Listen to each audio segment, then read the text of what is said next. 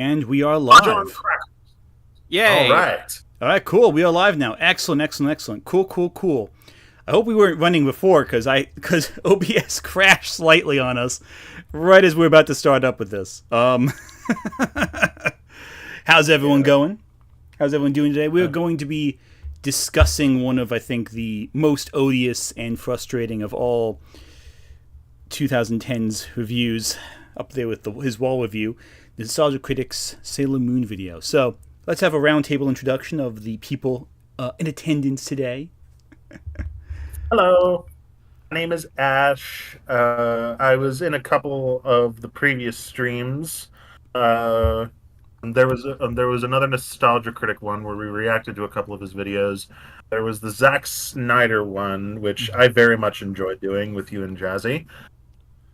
And I'm looking forward to this, but I'm also not looking forward to this because I have a very cursory knowledge of Sailor Moon. I've only seen like a couple seasons skipping filler. Jazzy showed me those episodes, by the way.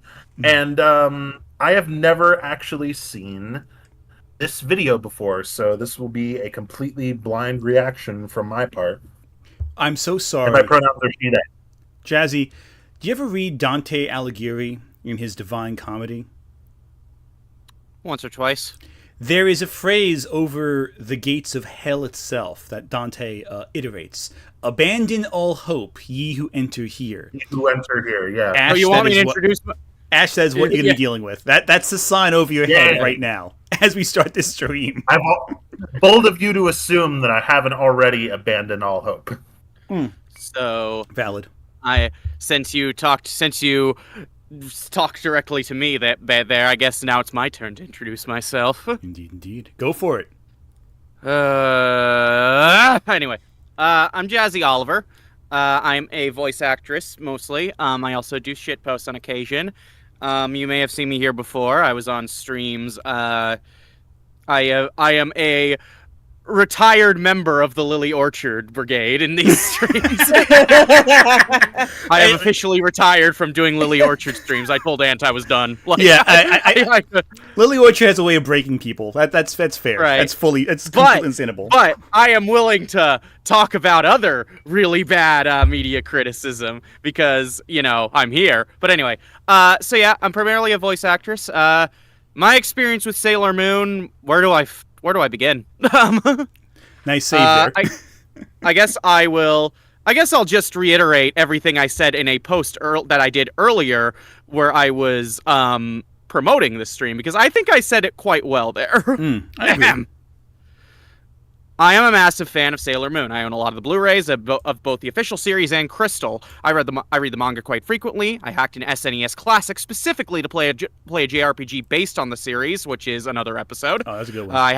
I have a Luna hat that I now wear for all my TikToks, which after I do this introduction, I will go back and put on because I realized I forgot it. So, Sailor Jupiter is a very important character to me who played a huge part in me figuring out my gender identity.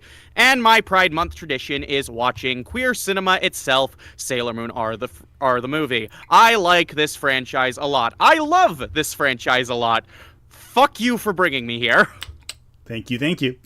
That'll probably get me demonetized, but that's okay. It's worth it for this video. Anyway, so... If you wanted monetization, why'd you bring me here to say fuck words? That's valid. All right, Kyla, what's your story? All right, everybody. Hi, it's Kyla T. I make videos. I've been on Ant's streams before. Actually, I was on the last one as well, with the superhero ranking. And my history with Sailor Moon goes like all the way back to when I was little and it was airing on Toonami. So I've been a fan for the longest time. I had the dolls, started reading the manga when I was able to figure out how to get to the websites that you could read it without getting like 15 million pop-ups and a virus. But yeah, like this series means a lot to me.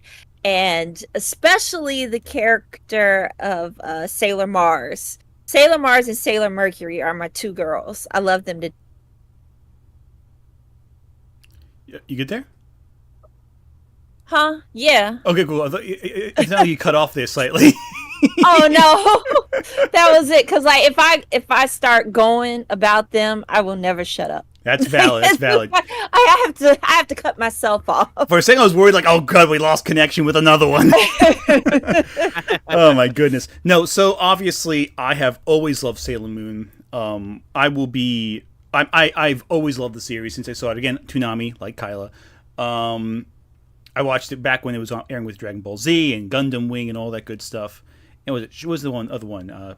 Yeah, it's not important. Ronin Warriors, I think, was the other one they had with Sailor Moon. I forget if that was exactly the right timeline, but anyway, so I've read the manga. I've dug up when I was in high school. I found every single piece of Sailor Moon media I could find.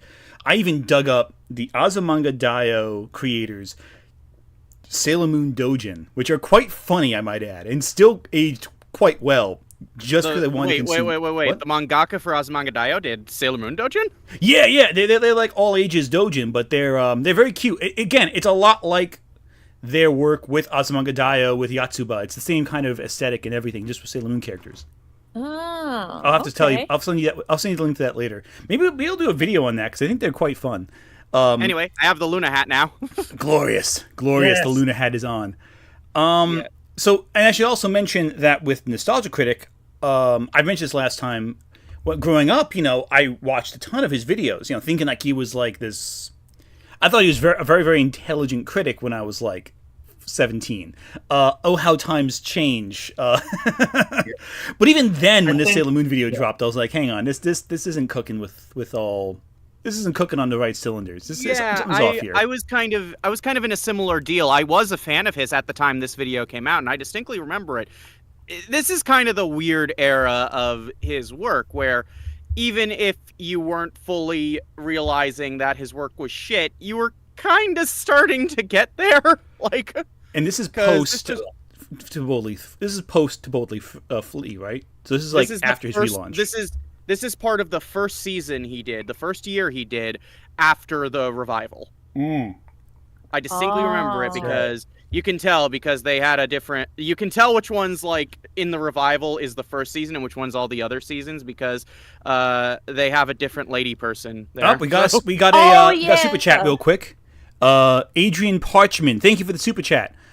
Should have brought in Robin from Anime America because she absolutely loves Sailor Moon. Also on Cartoon Network is rerunning the series on Fridays. So, two-part question there. First off, I have never spoken to Robin from Anime America. I know who she is, but I've never talked to her before in my life. So, as much as I'd love to have her on as a guest, I'd have to introduce myself, get over the awkward phase of small talking, and say, hey, you want to show up on my stream? So that's one thing there. I haven't asked anyone to stream yet who I'm not already somewhat familiar with, or very familiar with in some cases. But to answer your next question, yeah, so Cartoon Network is rerunning Sailor Moon on Fridays, part of their Toonami Rewind time block. And I've been watching it. It's fantastic. I do not have cable. I'm a cord cutter. So I haven't seen it, but I know it's on, and I think it's incredible that this is airing at this particular point in time. And I was fortunate enough. Oh, go ahead. We got another super chat from Blue Baron. Thank you so much. Like the stream. I love the lukewarm enthusiasm. Thanks so much, man. I love it. No, thank you so much for the super chat. All joking aside, I was fortunate enough. Nice. Sorry, go for it. I'm sorry. I was fortunate enough to have like a TV service with my Wi-Fi when I moved to this apartment. So I mean, I don't use it a lot, but I use it for that. So for the Toonami Rewind. So I can't blame you for that. That's a good thing to use it for. Yeah. You said you were also watching Dragon Ball Z Kai on those reruns. Yeah. I'm basically watching the entire block because I love it so much and I want to support it. So I'm amidst my millionth rewatch of Sailor Moon through this. One of my few viewings of any Dragon Ball Z version, let alone Kai. Oh, is it your first time seeing Kai? I've seen Kai before, like, back in the day, but this is, like, I think I got up to the end of the Frieza arc is how far I got, so... Yeah, I think the Cell arc is pretty good in Kai, I feel like. I feel like it really refines it. Yeah. Like, I'm not that big into Dragon Ball Z, all things considered, but who knows, maybe this viewing will get me to think differently, so... And I will say... Especially because of the release of Dragon Ball Sparking Zero, which I want to play with you when it comes out. Oh my god, Oh, I'm down to play that. I won't play that. That was good. Yeah. Let us know if you want us to play Sparkling Zero on stream, because I will. And aside from those two, they're also showing Naruto, an anime that I'm not big into, but if it's on, I'll watch it. It's one of those if it's on, I'll watch it type shows. I've always liked Naruto, but didn't love it. Oh, cool. Another super chat. Crimson Echidna with a 1 instead of an I. Thank you for the super chat. I distinctly remember this Sailor Moon reviewer was my Emperor's New Clothes moment for Doug, where I went, he's not that good of a critic. And yeah, exactly. I mean, there are a couple points here and there where I'm like, this is a little wonky. I thought his Pokemon... We watched a few of his reviews for that last Doug Walker stream. We watched a few of his older videos, and we had forgotten just how poorly some of them had aged. But I think Sailor Moon was the one where I really went, okay, hang on a second. Is this guy really as smart as I think he is? I hate saying as smart. As good a critic as I think he is. That was where I started to have that moment where I'm like a little iffy there. But, no, yeah. So I think we should do a Dragon Ball Sparkling Zero stream if anyone's up for that. Yeah, that would be really fun. I would enjoy that so much. Anyway, sorry. Do we want to get started? I think we should. So I mean, do we really want to maybe that was get the wrong started on phrasing. this? Should we get started? that's a fair point. Yeah, exactly. That's what I was just saying. Let's rip the Band-Aid off. Yeah, like just go. Let's just do it. Let's just dive right in. Now, again, for those at home, if you have a drink or if you're going to get high watching this, now's your time to do so. It's legal in some parts of the country. I should probably do that myself. Exactly. I could get a drink. I don't have work tomorrow. Yeah, get a drink. It's Juneteenth tomorrow. You have time. Yeah. In fact, tomorrow is Juneteenth. Cash app your favorite black person $10. There we It's go. the least you can do. There you go. There you go. Alrighty, I'll be sure to do that after the stream then. Hey. It's To me, also Venmo, Pride it's all Month. good. And it's also Pride Month. Oh, double for me. I don't think anyone in the stream is straight. In fact, my shirt right now is pretty this way right here. It's not so heterosexual, my shirt, so it works out. So since it's Pride Month and Juneteenth tomorrow, whatever anyone sends to Ant, myself, or Ash, send double to Kyla. Yay. There you go. That's how it works. All right, cool. So let's just jump right in. Let's rip this Band-Aid right off. Okay. Oh, I'm very sorry. I am. Oh my God! Why am I doing We can this? watch that nice person Already down this below. thumbnail. Yeah, Who said they who seem did pretty already, cool. so we don't have to. Yeah, they're pretty cool. Yeah. That's why I didn't want to This do person did it, so we don't have to. Well, unfortunately, now we have to. I'm very sorry. Them's the breaks. Darn it. All right. So let me just adjust God. the screen. Oh, I forgot it's his intro. I always hated this goddamn intro. Yeah. Like, I hate to get negative right away, but congratulations, you got a theme song, and it's not even yours. It's an instrumental of a parody you did of a Moulin Rouge version of a Queen song. Oh, that's what it was this whole time. Yeah. Oh, I had no idea. This was Rob Scallon on guitar, though, right? Right. Yeah. Really? Yeah, I didn't know Huh. that. Damn. Okay. Yeah, I think this was Rob Scallon that did the guitar for this intro. Oh. Well, now time for this self-indulgent intro. Again, I'm going to play the game where I start drinking things whenever I'm in pain, so I'm just going to drink this entire time.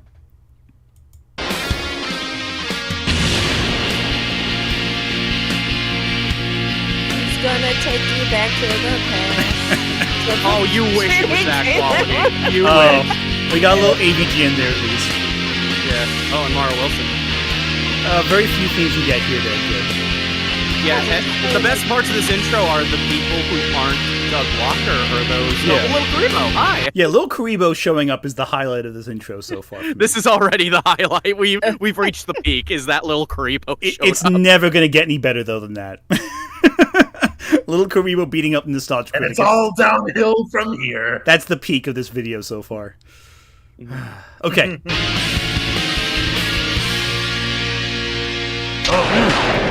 Oh, friend of the channel, Chloe Sunflora. No. Chloe Sunflora says, God, Mara Wilson deserved better than to be associated to him. Yeah, She did. she did. I mean, I'm not Hi, sure. Chloe. Wait. But what's worse, actually? Mara Wilson being associated with Doug Walker or Ben Shapiro? Oh yeah, because they're cousins. Yeah, They're cousins. Yeah. I think she blocked him on Twitter, too. Well, you know what? People didn't know until somehow it came out because of their last names. So you can continue to deny it, but we got video evidence of you in these openings for all time. One is chosen family, one is not. Indeed.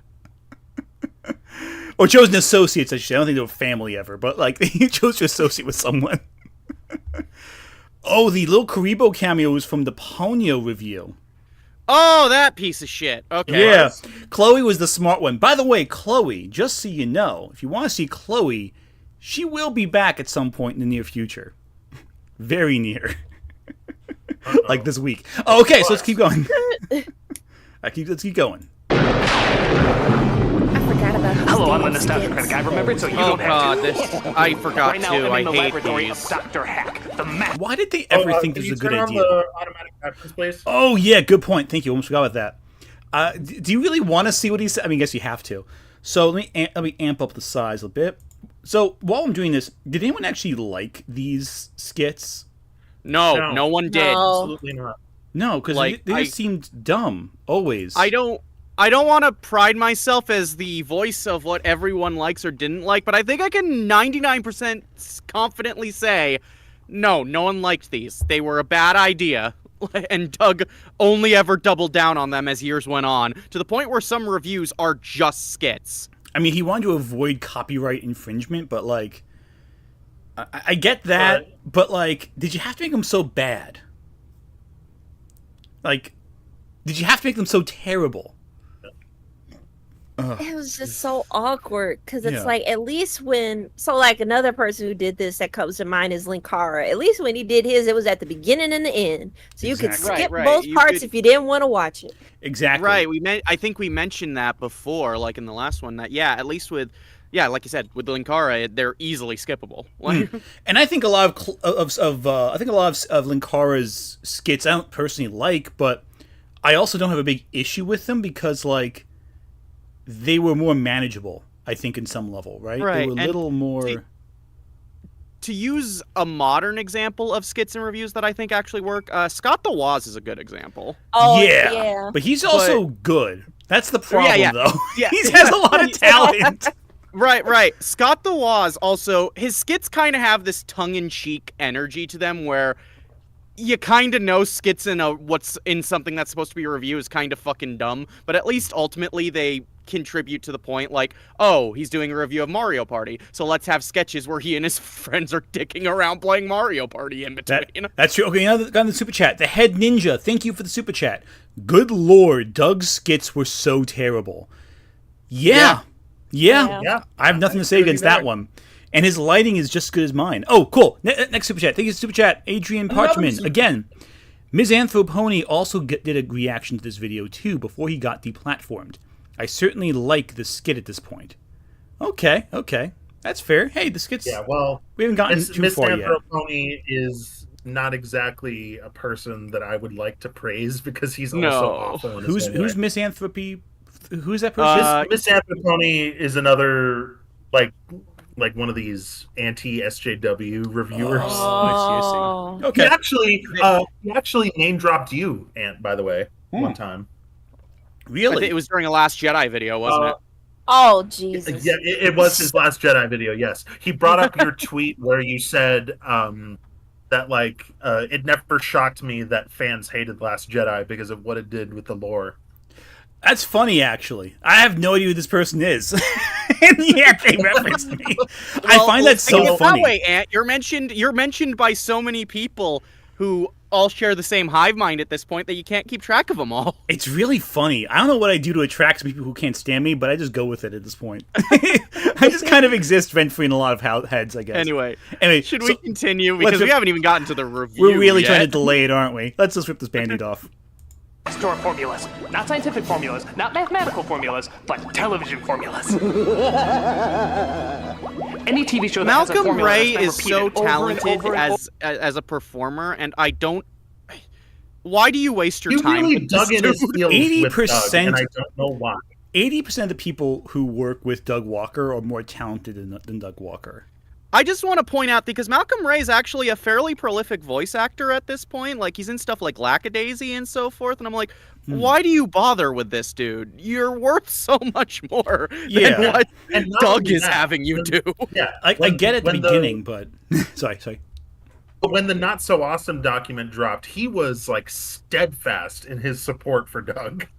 Yeah, you can't really leave after that. Yeah, that's kind of it there. Crazy. He was responding to people on Twitter, just saying like, read the document, et cetera, et cetera.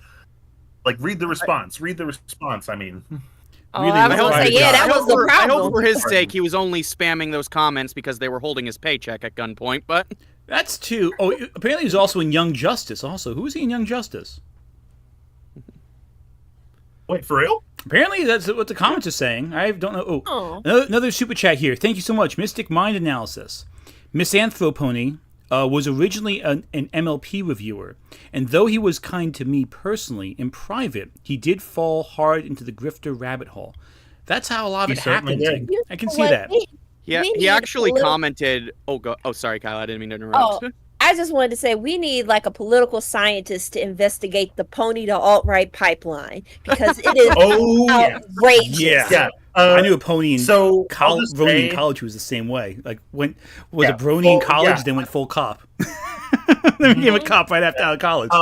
I was part of the fandom for a while, but too many Nazis. Wanted to distance myself from that. I was gonna say, Misanthropony.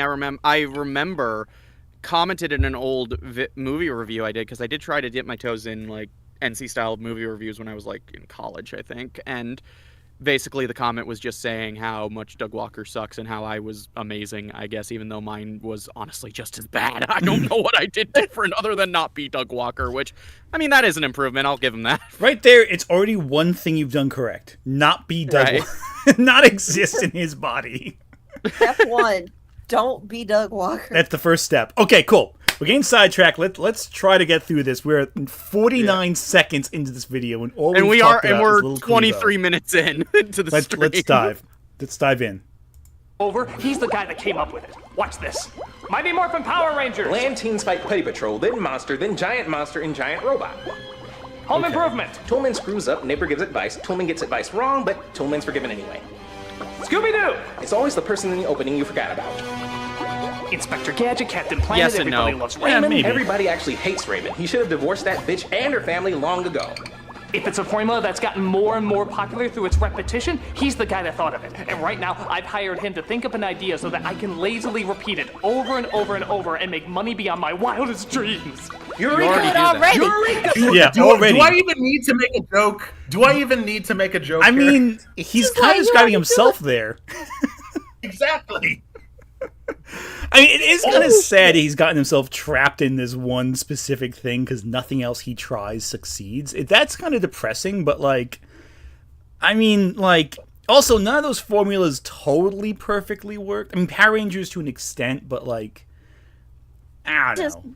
I just really wonder. We got a person in the live chat saying, "Hey, all, I love Nostalgia Critic." Good and for maybe you. this isn't the video for you. You might not like this video.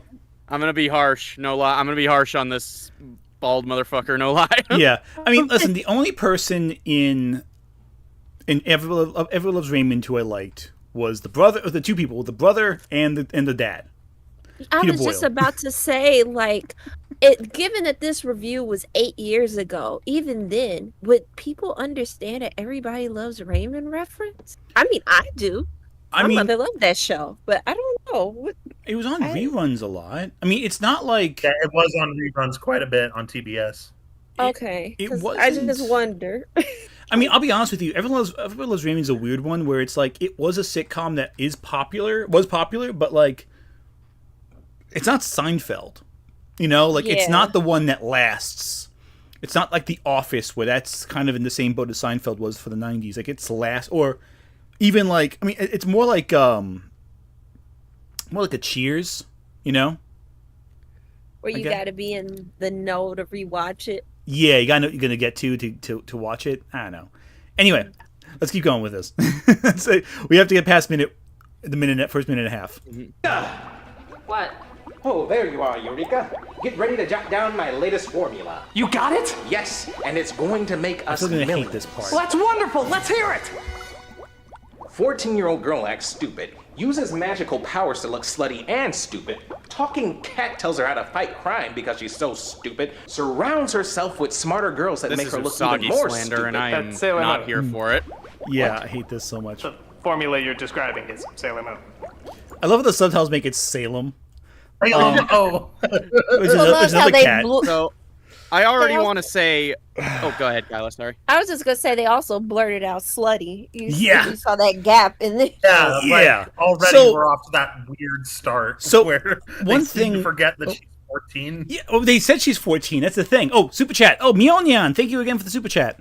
It's wild that Doug has a cameo on Adult Swim's Smiling Friends alongside Mike Stolskaska and James Rolfe. What a world. I mean, Yes. I'm but gonna- it makes That's why total I will sense, never though. watch Smiling Friends. Look. Yeah. I love Smiling Friends, but they need to vet their fucking cameos better. Between this and almost getting Chris Chan onto the show, they need to vet their fucking cameos better and not get awful people. Please. Isn't like Oni-chan like... Was it Oni-chan or Oni... What, Oni plays. Oni plays. Oni-chan. That's what I was gonna say. Like, given who's running Smiling Friends, That makes I sense. wouldn't be shocked. Yeah, I'm not too shocked about it, to be honest. I'm shocked it didn't happen sooner, honestly. It's just, but you know, I'm probably gonna go more into this later, and so are you, Ant. Most likely, so are all of us. But I'm still going to go into idea it now. the idea that Usagi is stupid is already just a core misunderstanding of the character. Before we continue that, I'm going to the super chat. Truth, hope, love. Thank you for the super chat. I always get the feeling he prefers women who are more masculine. That's why he prefers Kim Possible.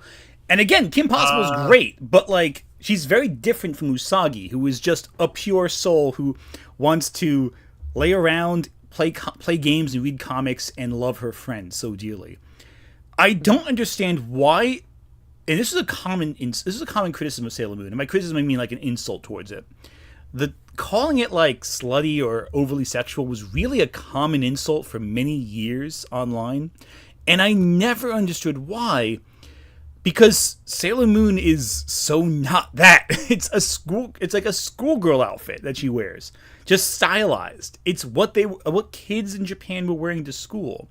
It's not sexual, it's just cute. And the thing with Sailor Moon, if you read the whole title of Sailor Moon, it's Pretty Guardian Sailor Moon, right? It's meant to be pretty. It's not meant to be seductive. It's meant to be like make girls feel beautiful. And it's supposed to embrace the elements of traditional, of like the things that girls would traditionally associate with that were made fun of by other people. So like traditionally femme things were embraced as empowering, like like diamonds and jewels and makeup and nail polish. That was seen as like the power up phase, and kids could identify that as like being something that was empowering and not simply.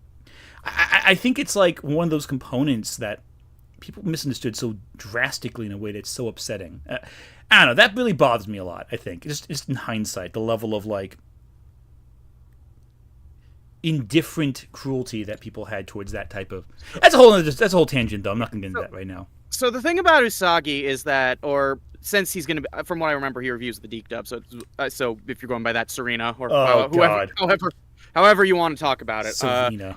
The thing about Usagi is that yes, she is someone who is not capable at first. She is not like she has trouble being this hero and everything. And yes, she would rather laze around, read comics, and so forth. But you see, Doug, there is a thing in storytelling called a character arc. Mm-hmm. And the character starts out one way, and People by seem to the keep end of forgetting. the story, they come out another way. Every season of Sailor Moon is an arc. Like there's, like the characters do not come out of each story the same way as they were at the end, except maybe season 1 because there was a memory loss thing at the end of season 1, but And that was only the beginning. First couple episodes of R that he really addressed that. Oh, sorry. I feel like Doug watched only like the first season and kind of skimmed his way through the rest of the show. Ash, I think you give him too much he credit. didn't watch the first whole season. He watched the first 10 episodes. Okay, the first 10 episodes. That's okay, what I was meant, though. being a little generous. That's one thing I really remember. He only watched up till episode 10, which is when Sailor Mars shows up. So he never got to Sailor Jupiter. He never got to Sailor Venus. He never got to Uranus and Neptune. He never got to Chibiusa. He never got to the Sailor Starlights. Certainly not. So he's basing his entire review off 10 of the worst episodes of the whole show. Well, not 10, not all 10, but like I think half of those are really bad episodes of Sailor Moon. I will say I do think the first batch of episodes of Sailor Moon are a bit hard to get through, mainly because I think Sailor Moon works at its best when you have the group together, and I don't think it really gets going until Mercury and Mars enter the picture. Yeah, no, agreed. Mercury and Mars really add that extra X formula to the show that they needed so desperately. I love Sailor Mercury. She's probably my favorite of the Sailor Guardians. Sailor Mercury's up there for me. Actually, we did a poll on my channel just recently, which I'm going to reference because, of course, I am. I asked my community what the best Sailor Sailor Guardians. I keep saying Sailor Senshi because that's Japanese. Were. By and away, the winner was Sailor Jupiter. Yeah, Sailor Jupiter won by a mile, which is great. I love Sailor Jupiter. Does not surprise me. No, she's great. I love Sailor Jupiter. Sailor Moon was second. Sailor Mercury was third. Mars was fourth. And by the way, these were all very close, except for Sailor Venus, who was dead last by a decent margin.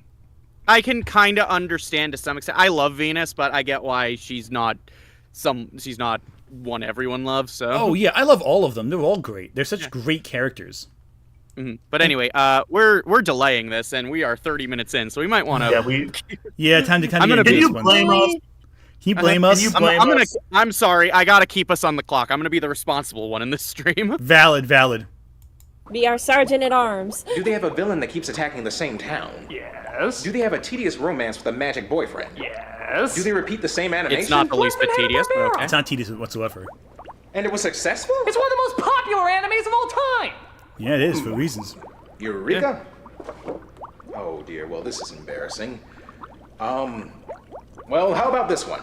3 obnoxiously perfect girls are raised by 3 obnoxiously perfect men in a house in San Francisco, and not one of them is gay. There you go. All right, cool. Super chat. I want to say this real fast. Truth, Hope, and Love. Thank you again. And Venus was the first one created. Yes, she was in Sailor V, which is an underrated manga, I will say right now. Just pointing it out there. Sailor V is good. Sailor V's pretty good. Okay. Well, while we're on the subject, why was something as repetitive as Sailor Moon so successful? It wasn't nearly that repetitive, Doug. Yeah, it wasn't that repetitive, honestly. Here's the thing. The first 10 episodes were, but once the formula got, because the thing with the Sailor Moon is that they do change the formula every couple of days and every couple of episodes. I'd say it's like batches of like 12 or 13 where they get a formula, they run it well, and then the formula shifts in some way. And usually the plot-heavy episodes were the really good ones, like the really solid series-altering episodes. Every like 6 or so episodes, those were the ones that were really strong, I feel like, in Sailor Moon throughout the whole series. Also, I'm sorry to pull folk. Is that a fucking like fan channel logo on the up right hand corner? Oh my god! Did you not get the right? God. No. Actually, I will defend him here. This was 8 years ago, and there was no official release for Sailor Moon in the West this time.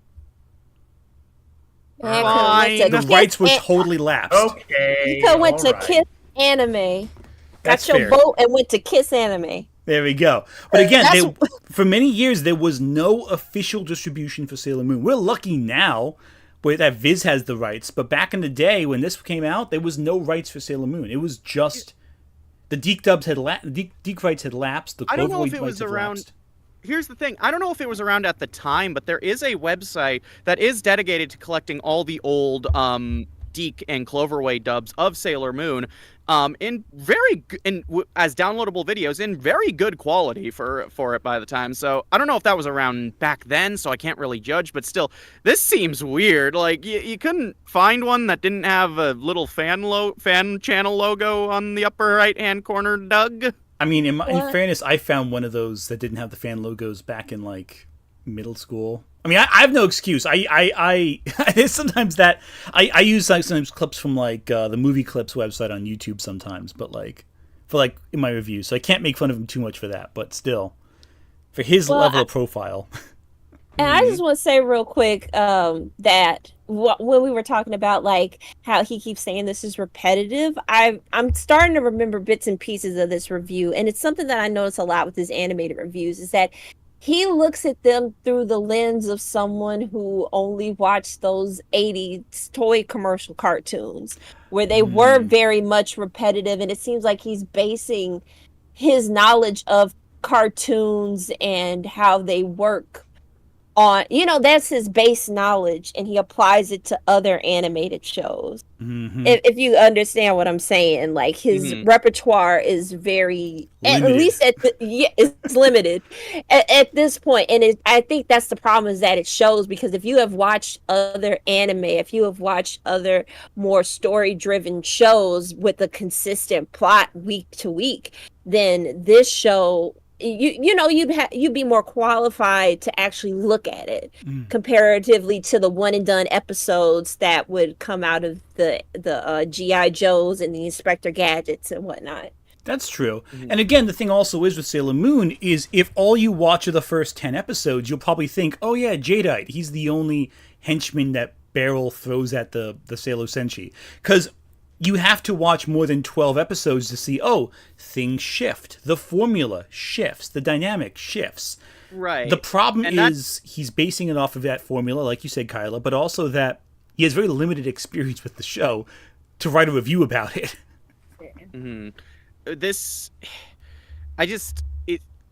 It's so weird that, like, and yes, from what I do remember, he does assume Jadeite is a much more active antagonist and long-lasting antagonist than he actually is. Fucker goes down in 13 episodes. Yeah, and like, deserved, too. Gets crushed by a plane. Right. Like, the thing about the first season of Sailor Moon is it's kind of divided into what I would call different acts, where each one a different villain under Queen Beryl is kind of taken over, and each has, like, kind of their own flavor of villainy and what they're up to. Like, Jadeite has his own shit where it's just like sapping energy off of like as many people as possible. Nephrite is more, let's just do it for one individual at a time who's like high energy, on and so forth. They each have their own shit they're doing. Yeah, basically. And Zoisite gets the 7 like seven Greek monsters or whatever from like crystals. But before we continue with that, Mian, thank you for the super chat. Analysis on Gundam when Tomino is so interesting. That's going to take a lot of time on my part, my friend. That's going to be a hard one to do. Another super chat. Truth, Hope, and Love again. Thank you for the super chat. He always preferred Cowboy Bebop, Full Metal Alchemist, and most Ghibli. Okay, but in fairness, those are some of the best anime of all time. So to compare that to anything is always a little problematic. I feel like... Yeah, and even then I wouldn't use those as like the base to cover this one. Like if you were going to be talking about pretty much it's those two more mature animes, and then feature that kind of goes in there too, where it's like, okay, if this is your anime experience, you still got to broaden your horizon. Yeah, and talking about Ghibli films is fine if you want to talk about Satoshi Kon's work, but not Sailor Moon. Right. Like, you also got to consider, like, different conventions of different genre, because Sailor Moon, obviously, is Magical Girl, and nothing Doug has seen shows any understanding of Magical Girl as a whole, so... A comment said he watched the Totally Spies movie. I guess that's the closest you can come to this. Congratulations, you did less than the bare minimum. That's about I give you gold star. Anyway, should we continue? Yeah, let's continue. I remember when it first aired in America. Oh, okay. So it was an export from not Japan, all the which footage I think has was the originally little... called Why did Magical that? Girl Squad Robo Dance. Yes, not quite as familiar with anime as Americans are today. A lot of people just saw it as Speed Racer with tits, but we didn't understand that the audience for this was growing more and more rapid. And whether for Sailor Moon was a phenomenon. Like, okay, so it didn't take... From my knowledge of Sailor Moon's history in the U.S., it didn't take off immediately, but it did kind of slowly grow a fandom that more or less kept it going, like when it was facing cancellation. Yeah, like it traded hands for a while. With the Deke dub especially, I know they stopped dubbing it part of the way through R, and it was only thanks to fan demand that they dubbed the rest of the R arc. But I remember it was like being tossed around like early mornings on local stations. USA Network, I think, had it. It was when it was on Cartoon Network with Toonami, and was at a time slot people could actually watch, that it became really popular. And I'm realizing now I drank this whiskey a little too fast. This may be a really terrible video if I drink too much of this. Right, Doug Walker forced you to drink. I took a sip and I heard something terrible, and I'm like, wait a second, crud. Now I'm starting to feel a little bit, so I'll slow down on that. To act like Sailor Moon wasn't anything but a hit is when looking at the bigger picture is just dishonest. People watched it. It got popular. I know, I've talked to plenty of people who may not be into anime as a whole per se, but did grow up with Sailor Moon. And to compare it to Speed Racer is really strange, because it just shows how out of touch Doug Walker is, especially at this time with the anime community, because Speed Racer was or maybe he's reflecting how out of touch people at the time were with anime in general, because, Speed Racer isn't exactly a show that many people even now reference outside that one that one meme where it's stop complaining, you have a lot of work to do. So I don't know, it's just a strange revisionist history. And again, maybe it's just because it's out of touch too with what people actually from the 90s were watching. Doug Walker out of touch? You jest, Ant. You jest.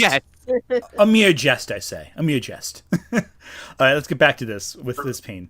I'm just realizing we're going to be here all night. We are, yeah, unfortunately. I'm sorry. You mentioned Nostalgia Critic, and that's it. Yeah, that's it, yeah. I was going to say, people have asked if we want to watch, his Toonami review response to this. Because he apparently responds back to this. I don't think we have enough time. I already don't want to. We're only 2 minutes into this, and I don't want to. Oh, yeah. Sorry. I'm gonna try to be better responsible. Let's get through it. Also, I also want to say one thing before we get started with this again. If we stop every single time Doug Walker makes a disparaging comment about Usagi's physical appearance and body, we will be stopping the video every 5 seconds. So let this be a collective response to the fact that he keeps referencing her boobs, calling her slutty. What is wrong? What are you doing, Doug? Sailor Moon. It's a girl. This, I think we'll be dead. First of all, she's 14. Yeah. Quiet. Secondly, Sailor Moon, one of the primary themes of Sailor Moon is embracing and feeling empowered in one's femininity. That's a core theme of the piece. That's a core intent. Doug, what makes you think you're good to look at this? I'm just curious. It just doesn't sound like he's the best person to watch media aimed primarily at girls, especially at this point in his career, but what do I know? Becoming an underground hit for kids, teens, and that creepy guy who fixes your computer. So, what is the secret formula and why did it catch on with so many? Well, let's start at the very beginning. You'll quickly notice that, like many animes, the best parts of the show aren't in the action, the character, the story, or the writing. Ironically, this shot is from the show. Just saying, Doug. Yeah, it is from the show. Yeah, it's a shot from the series, Doug. But again, this was repurposed into Deke dub because they... for whatever reason, so I get that. If you watch it's a cool visual, I guess. It's a cool shot. Goddamn opening theme song. She will never turn her back on a friend. She is always there to defend. I gotta say that for us. Is the beat catchy people as get the hell. Deke dub. Look at Right? this He's right. That animation. theme Look for Exactly. Also, he's acting like the visuals are only specific to the intro. Doug, it's a mix of the intro and shots from the show. In fact, this shot's from the finale of season Yeah. 1. This is the final from the beam season struggle. Finale. Again, this You know was a problem that. with the Deke So dub. we though. really did just do the first 10 episodes. Yeah, but Yeah. in fairness, this was a shot from the Deke dub opening. That is some in defense for Doug. If all he saw was the Deke version, this was in that opening. For whatever reason, Deke thought showing the final beam struggle in the opening credits of every single episode of Sailor Moon was a good idea. I don't know why, because the opening's really solid already, but I digress. Van Gogh of anime kid openings. In fact, there's even a Van Gogh in it. Don't ask why. I don't care. It looks friggin' awesome. I'll allow it. Venus, Sailor Mercury, Sailor Mars, Sailor Jupiter. I guess the only downside is the obvious American additions. Like this pointless Star Wars style scroll. That is yeah, because that's what girls watching this show are really Okay, into. I'll agree with that. Star Wars. Wait a second, hang on a second. You say girls don't like Star Wars, though? Excuse me, Doug. Yeah, exactly. Hey, Doug, you had I to was ruin with your you. one good point. You had one good point, Doug. And you He had us ruined in the it. he had us in the first half. Not gonna lie. Okay.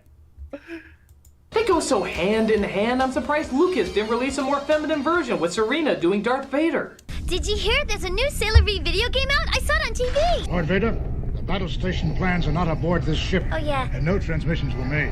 How can that be? Terry My mom Hawk's finds out Star she'll Wars ground me dub and cut when? my allowance. The escape Right. pod was jettisoned during the fight. No life forms were aboard. I can't believe this. Oh, what am I going to do? Okay. We can get ice cream. That may have improved Star Wars slightly. It would have. But also, I'm noticing he's not mentioning the fact that this and the theme is actually. It's not necessarily an English cover of Moonlight Densetsu, but it is using the same tune. Yeah, it's completely different lyrics because the original lyrics of the Japanese opening, it is about romance and love and destined relationships, whereas the original is more of a the Deke dub opening is a more stereotypical, admittedly really fun opening, but it's more traditional like Saturday morning cartoon kind of stuff. Yeah. Anyway, back to this. Cream. Yes, sir. See if you Yeah, can sure. spot where else the Americans made some changes. They're so subtle, I doubt you'll ever notice where they geniusly slipped them in. She is the one named Sailor Moon. She will never turn her back on her friend. I love that Saved by the Bell stuff. Love it. Yeah, Love it. I honestly do love that Saved by the Bell aesthetic. It's so nostalgic, even if it's like absolutely does not fit with anything. It's they dumb, made her but it do- adds to kind of the charm of Deke's dub, if I'm being real. Like, Yeah, exactly. It's They made her fun, give, but like, they made her give like the lesson at the moral of the story at the end of the episode. Like Serena says. Sailor Moon says, and like laugh. It was sometimes really incoherent too. The moral that they tagged on. If you watch the rest of the episode, it's kind of wild. Anyway, so back to this. No, What'd I say? I was gonna say no. It's great. It's amazing. It's fantastic. It's so goofy. It's very nostalgic for people born in the 90s. This was like what they showed all the time. That like sketchy. Only 90s kids remember. Only 90s kids remember. It's so terrible. Only 90s kids remember anything. Yeah. Okay, back to this. unbelievably natural. If you were going less for action-packed adventure and more for Saved by the Bell credits. There you go. When I wake up in the morning and the alarm gets out of warning, I don't think I'll ever make it. There's no way this video is being monetized. But you quickly discover in many respects that is what the show is going for. And you were At first gonna it blame seems like it's me. gonna be I a was, big, yeah. albeit audience-insultingly rushed space battle Hey, you're getting all between those cosmic super planet chats though, so it's fine. people, This is fair. folk. 1,000 years ago, our moon was home to a great... This I find strange. Oh, yeah. They show this early. Yeah, no, the Deke dub spoils like one of the big like twists of the end of the season in the first scene. I was about to say, Yeah. like, why are we saying this right off the bat? It's kind of wild that they even thought, because I guess they thought American kids were too dumb to watch a I show was for 40 episodes. I was just about to say, they like, these kids ain't gonna sit through this. They won't know what's happening. We need to spell it out immediately at the beginning. Yeah, Well, and there's joke's no on need them. for it because they never Joke's referenced on them. this until much later. Jokes on them because kids did watch many episodes, but you know who didn't? Doug Walker. Yeah, he stopped at 10. Apparently, kids have more of an attention span than Doug Walker does at the age of, like, what was he, 30-something at this point? He was 30-something. I 30-something. don't care to look up how I'm not old gonna he look it up. was at this point. He's 30-something. Make you upset. Come from me. Okay, anyway. Great civilization ruled by Queen Serenity. Then everything changed when the Fire Nation attacked.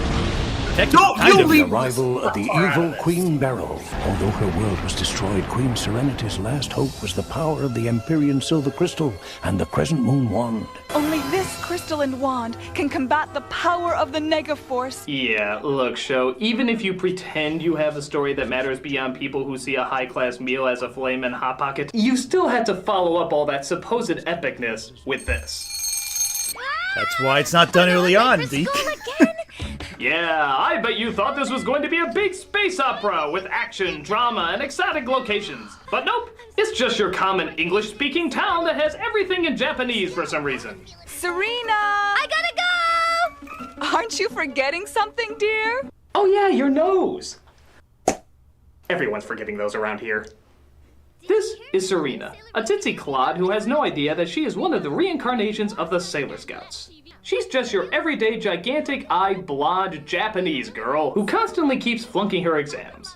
Oh, chill out, Serena. It's just one lousy test. It's not like it's the end of the original world or girl something. failure. You don't understand, I'm Japanese. Chill. She's a girl. Exactly. She's delightful. I love Usagi. I think she's one of those characters who's I just always so love Nostalgia. like she's just a great character. Like she's relatable. She's like just someone you can just. She's the kind of person who like you feel like if you were growing up you'd want as your friend. Like just that Right. vibe. Yeah. Usagi works as a main character because I feel they. How do I phrase this? She's flawed, but but in ways that I find is relatable to the show's primary demographic. So Yeah, I think she's a great character. Like years later, having grown up with the show, I liked the character a certain way, and like as you grow up, you see your perspective of the show changes, of course, because you're aging. Your perspective of Right. children's media is different. But she's just you really realize how unique she is, even among characters like her, because the show and by extension the manga and the show aren't afraid to make her look foolish. Like she's allowed to screw up, and that's part of her character. She just grows as it all happens, and that's kind of great. oh yeah, no. Where Usagi can sometimes lack in being able to fight or being like smart academically, I think she makes up for an emotional strength, which I feel like is such a disregarded trait of characters nowadays when it comes to media analysis. Agreed. And I think her emotional strength is more apparent because of her emotional vulnerabilities. Like that contrast really benefits the character. We have another super chat coming in. Truth, Hope, and Love. Thank you again. Spoilers, Oh my but God. Doug admits she has a personality, but a personality he doesn't like. Yeah, that sounds so about right. You're moving the goalpost then, Doug. Yeah, and the thing also is like, there's no one who will ever argue that Usagi lacks a personality. Like, with if you're being like legitimate, because Usagi's, even if you don't like Usagi, she's overflowing with personality. That's the thing. And I think also the Geek Dub did play up Serena's, whose name's Serena because of the Princess Serenity thing. Her failures much more, I think, which is a choice. But anyway, back to the video. I think we have to push through this. To me, failure is everything. You don't Alright, get that's it, fair. Molly. If my mom finds out I flunked that test, I won't get to play the new Sailor V game. Being pretty as sin and dumb as cheese, she of course is very popular in school, obtaining all sorts of friends. She's like not. an over-the-top accent Not with a like human her, though. attached She's to like it, 3 friends. That's weird. Yeah. Very weird. and the awkward years Yeah, of like, I Dr. don't remember her Enzano's being puberty. popular. Going Oh, shopping. God, What's more important? I really couldn't stand that fucking kid. Oh, him. I think he's a lot of fun, especially in the Viz dub when it's Ben Diskin voicing him. The Viz dub, yeah, more tolerable, but in like the Deke dub, he's like it's a pain because he's so great. I've never seen the Deke dub, so I don't know how he is in that. That's fair. My childhood nostalgia may be my childhood nostalgia might be blinding me to the facts of life right there. Anyway, I mean, I blocked this dude completely out. I don't remember what he was like, but I remember. In fairness, he was in fewer and fewer episodes as the series went on. And, Yeah, and they cut him off. I this do character. remember Miss ahead. Brooklyn though.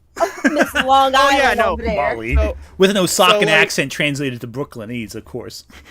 Yeah, so Naru and Umino renamed to Molly and Melvin in the Deke dub. They were mostly there so Usagi could have friends before other Sailor Guardians showed up. Once they started showing up, their appearances start faltering. And Yeah, other more interesting friends. right, and it's not uncommon to go through like multiple episodes without them popping up once, and then suddenly they'll appear one episode when you've forgotten about them. It's like, oh, you two existed. There we go. We have a super chat right here. Truth, Hope, and Loves. Doesn't he have sexy eyes under the glasses? Wouldn't describe anyone in this show as sexy, but there is a gag later in the first season where a different character with spiral glasses, her glasses falls off. She's like a princess, and her glasses fall off, and she has like super like shoujo beautiful eyes. And then she puts her glasses back on because she just likes wearing glasses, and it's just like a little quick gag. I don't think that's Umino though. There's someone else in the chat that says Luce and Usagi would be friends, and yeah, I think so. Yeah, similar energies from Owl House, Luce. Yes, Luce in the Owl House. Yes. 100%. I think people always joke like saying Steven Universe is like Sailor Moon, but I think Owl House has more characters that Usagi would gravitate towards. I would say than agreed. Than Steven Universe. But anyway, back to this. Let's keep going. Important than your grades. Science, of course! When not hanging out with hang you, on. We got another super chat. Dragon Ball Super Dope, friend of the channel. Thank you so much. Ant, love you, buddy. Please do an essay on all the idiots who didn't understand the boys were trolling them till last weekend. Oh, yeah. Also, come to the Advice Pod with us soon. Advice Pod, yes, I'll do that soon. But oh god, that'd be a great thing to do. You're just now realizing that the boys was making fun of them. And I am so just shocked considering that like I have a dark secret. I used to be a Supernatural fan. I know. Oh my god, I'm so sorry. I'm so sorry. I know. How about like, that wig? How about that wig in the last episode? I don't know what you're talking about. But like even back in the day when Kripke was still writing Supernatural, he had a whole episode about racism. It was kind of dumb, but I appreciated the sentiment, mainly because it had to do with like a racist car, like the Stephen King novel. Like Christine? Yes, it had to do like Christine, but it was a racist car. I can't go into it, but he's been doing this stuff for the longest time, even on another show that he did that my mother actually really liked. Where it's about this group of time travelers. Like, the man has always been doing this. I don't know what possessed you to think that he wouldn't do it here. And, like, it's still somehow, like... And like, the fact that they couldn't figure out when the Nazi, like... the Nazi superhero showed up. What, Stormfront? Like, it's like, yeah. It's like... People say... I saw people unironically say, like, you know, it's so unsubtle now. The nuance is gone. I'm like... Buddy... What nuance are you talking about? I mean, it's nuanced, sure, but like, I don't think you're using nuance the way the show's using nuance. It's very unsubtle. Speaking of lack of subtle, do we want to get back to? Let's get back to this. Yeah. Jazzy really is the creations. She mediator spends here. most of her time solving her problems by I gotta be the fun intelligently police. ignoring them and finding more ways to spend her mother's money. I heard about your test. Want me to be your tutor? She doesn't need a tutor. She needs a trip to the mall to get her mind off this. Look at you snooping. I like how the for captions my did hair. not understand a word Education just Molly's is- saying. She speaks in Brooklyn. She knows not what we do. Also, again, that's not what happens in the Japanese. If you just watch the Deke dub, that's what it sounds like because they changed all the language. But anyway. You wrinkles. She also seems to get in fights with an attractive boy named Darian. What was that you This were is actually saying their about someone first meeting, totally Doug. cool? This is true, yeah. But we can... Oh, we got another super chat. Mionyan, thank you for the... Oh, wow, thank you for the super chat. That's incredible. Fun fact, in Super Robot Wars, if Amuro Ray from Gundam and Misato from Evangelion are in the same battlefield, they will have special flirty dialogue as the two voice actors of the VAs for Usagi and Mamoru. And don't get me started on a voice actor for Mamoru right now. That's a whole other discussion for another day. And then there's another super chat. Another super chat. Masu Mouse, thank you for the super chat. I think Usagi and Lacus Klein would be friends. They both sort of have that naively kind quality to them. What do you guys think about that one? I don't know the character that aside from Usagi. I don't know those mentioned. characters either. I have no. Yeah, you would know more about it than we would. Yeah, no, that's from Gundam Seed. I forgot the character's name for a second. I'm like, oh yeah, Gundam. Now I'm looking at the character's face, recognize the character. Yeah, Gundam Seed. Yeah, okay, I can see that. Oh yeah, don't look up what the voice actor from Mamoru did if you want to have a good night. Look up which voice actor. That's a good point. The Japanese voice actor. Don't look it up. Okay. Don't look it okay, up for then night now. Do it in the morning. You have time. Spare yourself. It's not worth a bad night's rest. To get off of that, I can mention a fun fact about his English voice actor in this clip we're watching. Isn't it like Wasn't that one of the guys that did Spider-Man? Yes. In the first like 10 or so episodes of Sailor Moon on the Deke dub, he's voiced by Rino Romano, who voiced Spider-Man in the PS1 games. And Prince Eric in Little Mermaid, right? Nope. That's Christopher Corey Smith, who voiced '90s Spider-Man. Oh no, isn't that was Prince Eric? Really? Yeah. Oh, I got them mixed up. Okay, never mind. Oh yeah, no. The voices for Spider-Man in the '90s show and in the PS1 games are two different actors. And of course, in Spider-Man Unlimited too. Mm-hmm. Yeah, which is always fun. Anyway, that's a whole other discussion. Yeah, so I'm going to hide my embarrassment being wrong publicly and jump right into talking about this. Be sure it isn't you. Shouldn't you be going home and doing your homework, meatball head? Hey, that is clearly an insult to meatballs. How's this for inspiration? You're a cream, damn it! You don't know a thing about being. Wow, they really seem like polar Oh, God, opposites those and scene hate each other to the transitions. core. They hook up? Nah, and how tediously long do they drag that out? Oh, Jesus, just me. Not really. It's only 30 episodes. They get together 30 episodes from now. And then he's kidnapped and mind controlled. Right, they soften up to each other, realize their feelings like 30 episodes in. He's mind controlled. Then you have the weird memory wipe shit at the end of season 1. And then he dresses in a turban. Right, you have the obnoxious filler arc for the first 13 episodes of season 2. Then they're a couple. Then you have the breakup subplot of Sailor Moon. Okay, it is a little tedious when I say it out loud. When you say it out loud, yeah. All right. Why should break it down like Why do you break it down like that? All right, we're going to super chat. Truth, Hope, and Love. He also voiced Batman. Oh, yeah, he did. He did voice Batman.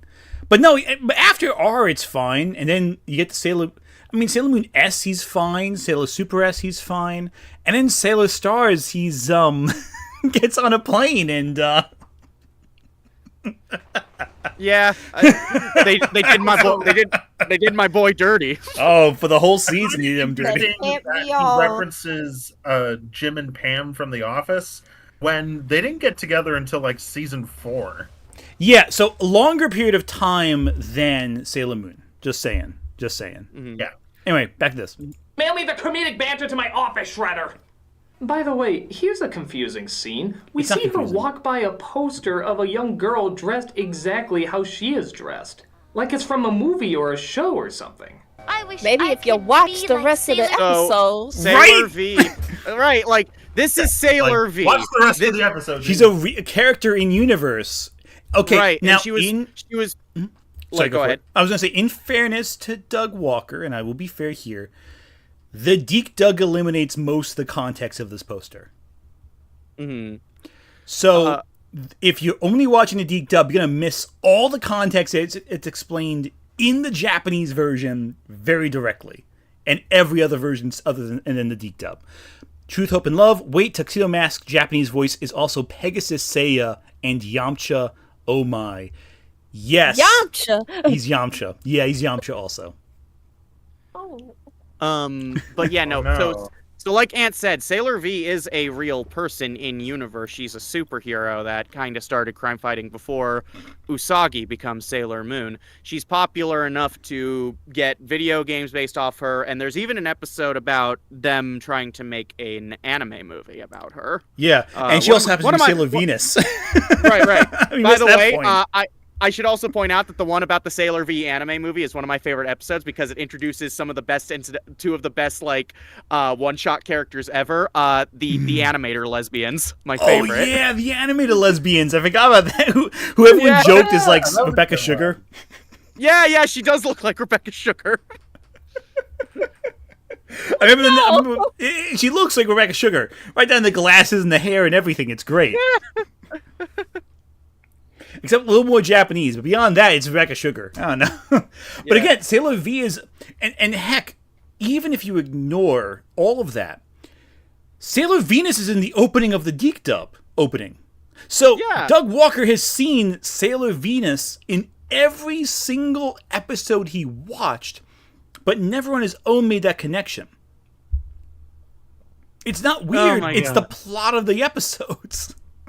And again, the Japanese version outright states from the beginning, hey, this is a superhero who's established in their world. So it's not that weird. From the very beginning, you know who Sailor V is, essentially. But anyway, back on track.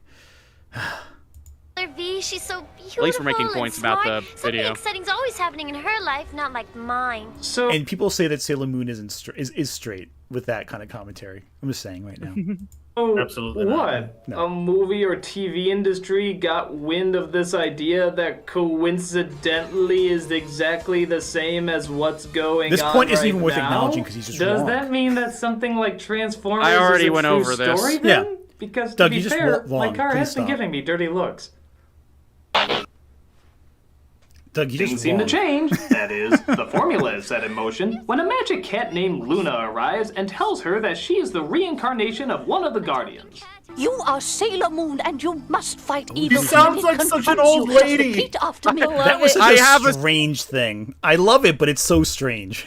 I prefer Michelle Ruff as Luna, but I will admit the Deke dub amuses me. Like, It's such a strange choice. I kind of love how bold it is, even if it does not match at all with like my Rukia voiced Luna from the Viz dub. I just love how like weirdly like almost like Sabrina the Teenage Witch-esque. Wow. Okay, I've had more than I expected. We're at that point in the night, aren't we? This will be a fun let's stream. not pause as much because Ant's getting drunk. Every time we hear something I don't like, I've drunk something, and I feel like this is going to be a very You might as well just Man. be sipping through a straw. Like, at just this point. At this point. So we'll see how I this might- goes. I will be as I might as well composed be as possible. drinking with you. Listen, I'm I'm going to not be as going composed to. as possible, but by the time we get to the 3-hour mark, I may be incoherent. So we'll see how it goes. All right, let's do this. Moon Prism Power. Moon Prism Power! And of course, this gives Oh, way wait, to one the sec. famous. Super chat. Thank you, Truth, Hope, and Love. How about Ron Rubin as Artemis? He's all right. I like him. He was an alright Artemis. I prefer Johnny Young Bosch, but that's my Johnny Young Bosch bias. Yeah, Johnny Young Bosch I think is better, but like he's fine too. He does the job well. I think honestly the best voice actor in the entire Deke and Cloverway dub is whoever did. I think she was in both, but played different characters. I think she was Mars in the Deke dub and Venus in the Cloverway dub. I want to say. I'm not sure. Stephanie something. I think I know the actress. Yeah, she's really I- good. Like she's consistently really good in both roles. I think she's the best actress in terms of quality. I'm gonna say Jupiter's actress is probably the best, but I love again, Jupiter too in this. She's great. And the fact that they managed to keep her on throughout pretty much the entire series is pretty great. So, And anyway. she's almost like a peppermint patty kind of quality to her voice, which I like. Anyway, so back to this. Famous transformation scene. The tiara, the boots, the nail polish, later covered by gloves, so that was pointless. And of course, the miniskirt. The mini skirt. Yep, the costume choice that in no way enables her. Right? Like he's really obsessed with that miniskirt. Like it's just a miniskirt. Who cares? It's not that. You never see any. You see more under the skirt in like hundreds of other anime. This isn't. This is really not the anime to talk about. Like of all the ones to get like hyper focused on, even at this point in time, you had, and he's been to conventions, hundreds of conventions at this point. So like he knows full well of a bunch of different anime. This is like in the mid 2010s, early 2010s. So think of whatever weird thing on Tumblr was going on back in the early 2010s. He's seen it already. So this isn't that weird for him at this point. He's been exposed to it. Oh, hang on. Super chat. Arend Alpha Eagle. Thank you. Deeks Luna had McGonagall from Harry Potter vibes. Yeah, I can see that. Yeah, I can see that. Yeah, I agree with that one. Like kind of the Maggie Smith, I believe that actress wouldn't. Yeah, Maggie Smith. Yeah. Who is that kind of actress Maggie Smith. A legend, honestly. She was doing Harry Potter while having cancer. Damn. Yep. Yeah. I did not know that. Yeah, Oh my she God. was diagnosed with a serious form of cancer, went through treatment, and just didn't tell anyone. And she was, oh wow, what, another super chat. Another super chat. The guy 493. Thank you once again. I feel like Doug would be absolutely broken by even the tamest of cutie honey incarnations at this point. Oh my god. Can you imagine him watching the Hideki Anno Cutie Honey OVA? That Ghibli No, I can't that because I have no Gainax idea did? what that is. Oh, you never saw that one? Okay. So imagine spikes coming out of multiple enemies along the chest region. Oh. Okay, let's get back to Sailor Moon. Yeah, let's go back to Sailor Moon. It's her to fight better, but sure does force her to squat a lot. Okay, so It's called a take out the superhero fact that's Yeah. obviously in no way battle armor. Take out the fact that's obviously fan service. Take out the fact that just like No. He-Man, somehow removing more clothes bizarrely disguises them. Though to be fair with both these outfits, is the face really the first thing you're going to be looking at? Take all that away. It's not and that just tell revealing, yourself, dog. This Really? obviously It's not even that sexualized strange. transformation that takes up a solid minute in each episode. Obviously sexualized, and half of it is spent focused on her face. Yeah, like Yep. Like half of it. not it's not. There's so many other transformations you can focus on that are way more sexualized. There's not that much here for you to work with. I don't know. I think it's ridiculous. This is one where I get like, Doug, what the fuck are you talking about? comparing it to fucking He-Man. Come on. And like Once even again, that 80s reference, like I said, just keep going back to that. he it's his only frame of reference because he's a nostalgia critic. He hasn't moved past the 80s. Yeah, but like even barring that, at this point, Madoka had come out. Like, we've pushed Macho Girls way beyond what they were even at this time in terms of intensity. All right, Swirl EEP, thank you for the super chat. I only realized years later how often angry reviewers would remove or ignore surface-level context for their critiques so their critiques wouldn't fold. I hate catching it when I would watch old reviews back. Yeah, again, that's why I did my whole lying critics thing, because they do that. They remove the context to make it more hyperbolic, extreme.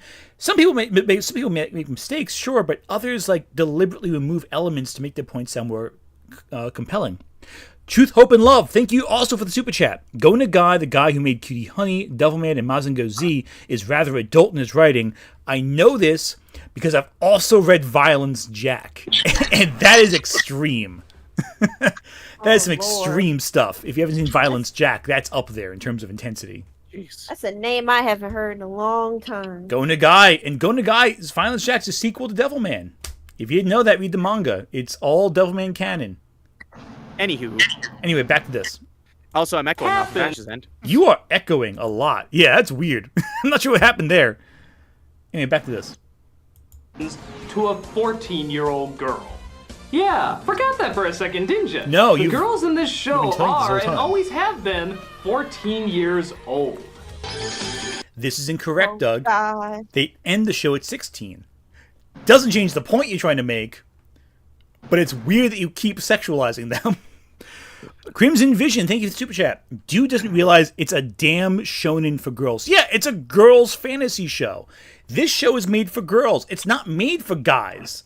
I'm a guy and I like it, but that's not because, I mean, I'm just weird.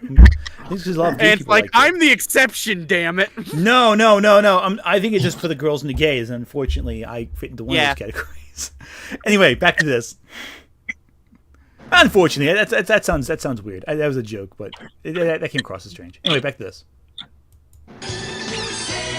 14 years old. 14. Oh, focus now on their you face. 14 years old. Doug, did you really Google search 14-year-old girls for that one shot? Doug, Doug, I have concerns. The FBI guy on the other side of the screen. Just looking like, what in the heck? I'm a little concerned there, Doug, but okay. I think Sailor Mercury's face here says it all. She's like, what the fuck? Really does. Really does. Oh, hang on. There's another super chat before we get started. Truth, Hope, and Love. Again, you're a superstar. You're a superstar this whole thing. I have a question. Japanese original did show some partial naked points. What are your thoughts on that? Well, okay. That's a tricky topic. So the Japanese version did show nudity. It did? Kinda. So it's Barbie doll anatomy, essentially. There's no specific features, but there are a couple scenes where they are completely naked. Okay. In Japan, there is an idea that fully naked people represent a pure nature. They are not shown in sexual ways. They're just shown like existing and occupying space. They're not shot in a way that's particularly lewd. It's just they are naked entirely. The way I interpret it, and this is again the interpretation, I'm not saying this is the only way of viewing it, because if you're upset by it, that's totally valid. The Japanese animes are trying to emphasize a sense of purity of these characters, because there was a scene at the very end of the very last episode where Usagi is completely naked, but it's meant to represent that she has reached her purest, most powerful form. But it's mainly shown through far shots. It's not shown to be exploitative. I think that's an example of cultural differences where we in America are uncomfortable because it's something that runs counter to what we believe in. And I'm not saying that's wrong that we believe very firmly in this specific thing. I think that's just an element that just has not translated well, especially as animes become more international in scope. Mm-hmm. And I think if they do that again, they would probably change it in some way because of how it was made for this specific audience. Not considering outside perspectives, we very easily will look at that and go, well, that's kind of weird. And it is weird. It's uncomfortable. I don't like that part in terms of like what it's showing, but I also get that it's an element of a culture that is different from my own. And in the culture that exists in, that's more acceptable. But also, I'm not saying it in the perspective where it's like, oh, it's like lowly or something like that. That's not at all. It's not sexualized. It's one of them things where it's like you gotta look into pretty much the symbolism of it all. Like, exactly, why is the wallpaper yellow? You know, one of those things where if you look at the full picture, you're like, oh, okay, that's kind of how it was. And to say, I kind of viewed that in terms of like it, you know, what year was that? Probably like the mid 2000s cartoons where, you know, like slice of life shows. Like first thing that comes to mind is like As Told by Ginger, where they would do like average shots of stuff, and they even had like an episode where her brother was doing something stupid and running around naked, and it's not like, oh my god, you know, it's like this is something a dumb little brother would do, which fair, you know, that kind of stuff where it's like you look at it within the scene, or you look at the symbolism of it, or like the context of it, and it's like, oh, okay, like that's And again, it's all it really is. It's a naked body. It's not violent. It's not perverse. It's just a body existing in space. And you know, there's so many more things to criticize in art than that element of it. But I also get why it makes someone uncomfortable, because it is. Yeah. It's not what you would want to see, really. Right. Yeah. All right, cool. Another super chat. GL Knight, thank you for saving me for that conversation, because that was a rough discussion. By the time Doug made this review, Kill la Kill was airing. Let that sink in. Yeah, and that's way more sexual. That's way more extreme than anything in Sailor Moon. Kill la Kill's great, though. I love Kill la Kill. It's a great series. Kill la Kill's fucking amazing. It's it's fantastic. That's up there. Anyway, back to this. Anyway, let's just dive away before from we get on Kill la Kill gushing. Yeah, that's next stream. I'm kidding. That's not really. 40 damn years old.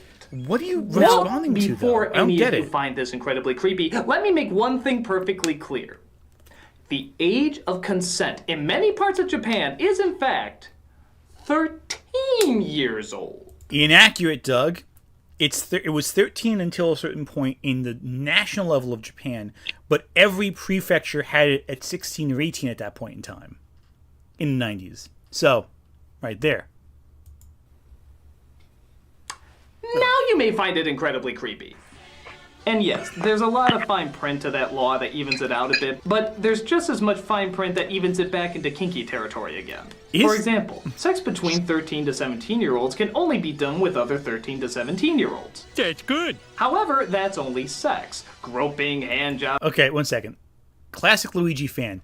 Keep in mind for this upcoming shit show speech, there were fans who thought Doug was actually progressive here and praised him for it. Yup. This is hurting me already, because already he... Okay, listen.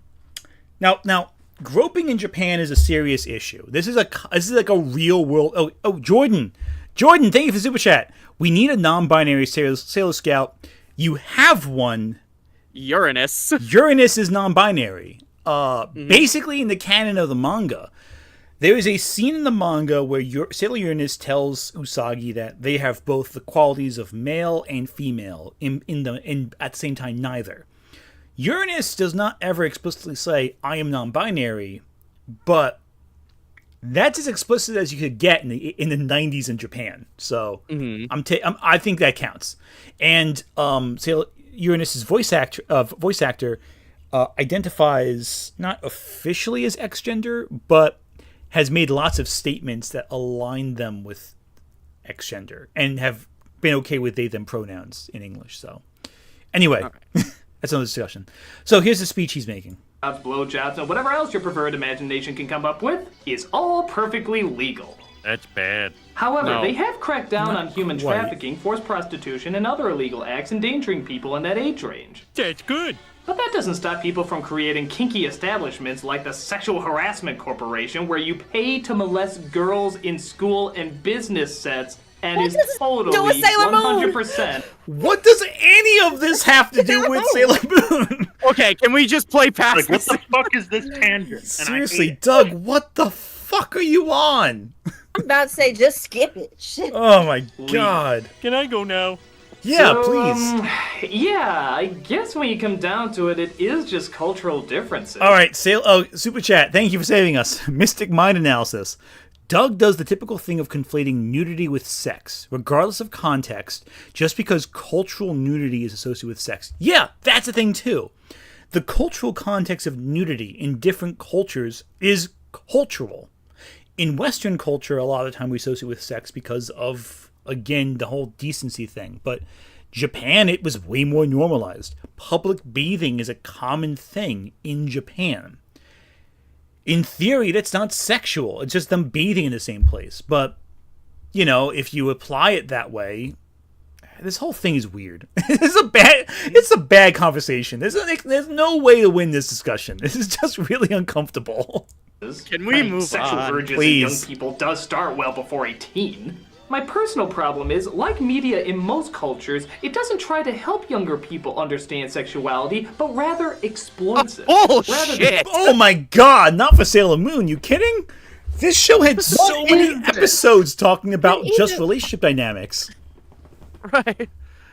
What are you talking about, Doug? You watched 10 episodes of the show, Doug. You I don't will know not- what happens in the other 190. And I will not stand for brats catching a stray. How dare you, you ass? Especially not the Megan Fox slander. I've just finished rewatching Jennifer's Body for a video I'm working on right now, and like even then, like Let's okay. get this over with. Yeah, no, I'm going back to the bottle on this one. Here we go. Educate young people about sex. It's honestly just easier if we can make money off of it. But, of course, all this talk about Sailor Moon being a sexy 14-year-old pinup is all building up to one important question. She's not a pinup. She's not a pinup. What are you talking Given about? this information, why did I still put her in the top 11 hottest anime of women list? Yeah, that's a good question, Doug. I swear I didn't know! I mean, look at It the way all they're comes drawn, back man. to that. I thought they were college or at the very least late high school. No, you had to have known, dude. Half no of your way you half didn't of your know. list was under 18. Truth, Hope, and You Love. know what? Hey, Truth, Hope, and Love super. Hold that thought. Truth, Hope, and Love super chat. Toru Furuya voices Sabo in One Piece. Will he be replaced? Probably not. I mean, they do that all the time. They don't care. Japan, they have a Rurouni Kenshin manga coming out. No one cares in Japan. Oh, Anyway, back to your saying, Kyle. I'm sorry. yeah. After that horrible news, but I'll say this: I don't think he did, but only because of what we have been seeing so far with how surface level he is. He probably just looked up like some more nostalgic cartoons, remembered glancing at this sucker once, and was like, you know what? I could fill that list because I had to make it 11 to be different. And typed it in. Different. But that And that's doesn't what count not because doing research. she was 9 or 8, so it doesn't even count for that one. It's just like that's what happens when you only do surface level like research on this stuff, and you want to be doing deep dives and whatnot. Like, just okay, let me stop. Chat has though brought up a very interesting point. Sailor Moon's written by a woman. Like, Yeah. who does she think? Who does he think the target audience is? Right, like this was always made for girls, Doug. Like, Up, super chat again. Shadow Lance, thank you so much. As a Magical Girl and Yuri fan, I must say, watch Symphogear. I know it's I do like unrelated, Symphogear. but Doug went on a tangent. But watch Symphogear. I have not seen Symphogear. How is Symphogear? so I've seen the first few episodes, and I need to, and I do have the Blu-ray with the entire first season. I need to watch more of it. Just from the first few episodes, I can tell you, Symphogear's fucking amazing, and it's rare that I say that for something, and it's rare that I have that confident an opinion from the first few episodes. But I can tell you, yeah, no, Symphogear is amazing. It's fun, magical girl kind of musical mix. It's very gay, but I'm not going to go on a tangent. I'll have to watch it. That sounds cool. I've never even heard of it. I've probably seen screenshots of it because sometimes I'll see a title and I'm like, oh, I don't know this title. Then I look it up and like, oh, I've seen this image on online before, so I have to look it up. All right, Truth, Hope, and Love. Thank you for the super chat. Twilight's written by a woman. Yes, Stephanie Meyer. And that's way more perverted than Sailor Moon ever is at any point in its run. I blame that on Mormonism, though. Yeah, that's a valid concern. Yeah. Sorry for Anywho. Mormons in the chat, but there's a lot more sexual discussion in Mormonism. Yeah, than Sailor Moon. someone also said, so was 50 Shades. Don't remind me. Yeah, that's a whole other discussion there. Anyway, Yeah, back to this. Wouldn't you have made that guess? No. Come on, look at the way they're showing them off. I swear, No. What do you officer, mean, I mean, Doug? audience. They are I had- clearly teenagers, Doug. Doug, they're not shown off. They just are occupying space. They're not showing Doug. the lewd way. They're just standing there. Doug.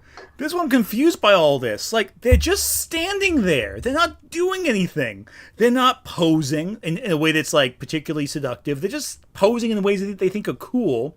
That's it. The camera's not lingering on them. They're just standing there. There's nothing in this that's particularly, like, suggestive or anything like that. So I don't get what he's talking about. They're just standing there.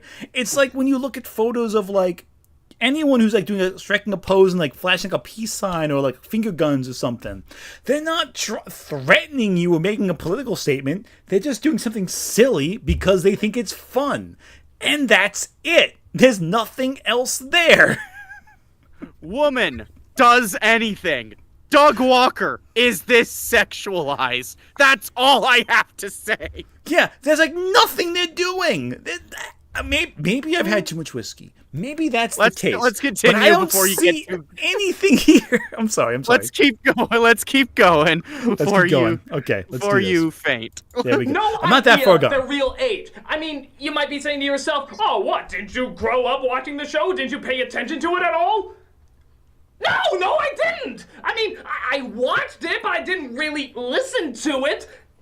I too was That sums up 14 this at whole a review. time, and maybe I viewed it for different reasons. Oh, I'm scared. Stupid homework. I am Sailor Moon, champion of justice, and on behalf of the moon, I will punish you. Oh my god, this is awful. Turn that back on. Who said that? I did. Penis? Yeah. May I be excused forever? All penises talk around here.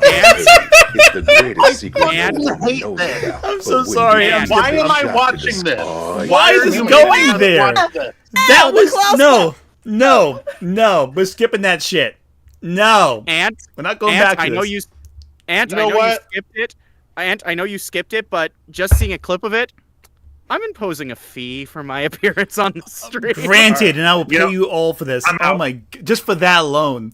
Yeah, just Why? please just send it I've to my had enough. PayPal/Venmo and You know, please do. I Toward know- the therapy bills. why, Doug? Why did you make that? Ugh. Why did you think that was something you wanted to put out in the world? Why did you go at any given point? Now, okay, so here's the thing. I remembered a lot of chunks of this whole thing. That I don't remember, actually. You blocked it out for your own good. I don't know if he blocked it out. I have no memory of it. So, Guys, I have a question. This is sincere about that scene. Yes. Please ask it.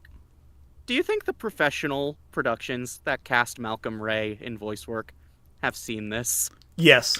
Is this part of his body of work that they need to look at? 100%. Do they think they need to consider for 1 second if this man's talent is worth the fact that one of their characters is voiced by the man who voiced Doug Walker's penis? Well, look, I'll tell you this. I have written in the past for stuff that is erotic in nature. I've written stuff like this. It's on my public record. It's not hidden.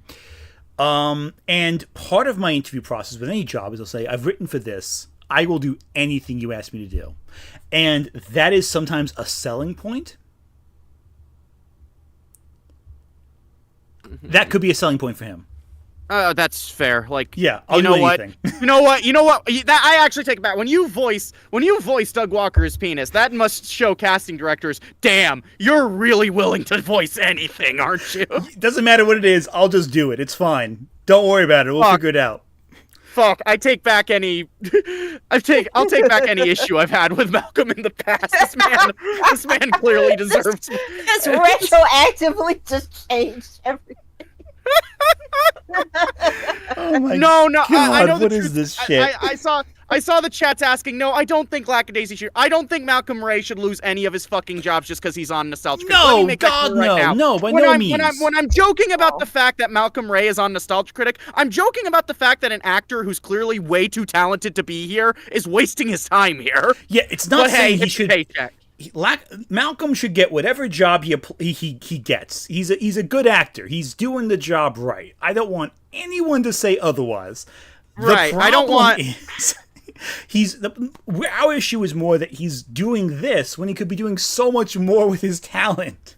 Yeah, it's like when you look up and see a good actor on like a Lifetime movie. You're like, what the hell are you doing here? Yeah, exactly. Right, and Doug has had a lot of talented people, whether it just be for one episode or multiple episodes. He's had folks like Dante Bosco on his fucking reviews. I don't think Dante Bosco should be given shit just because he agreed to cameo for a Doug Walker video, or a few from what I remember. Yeah, how Doug Walker gets so many good cameos is remarkable.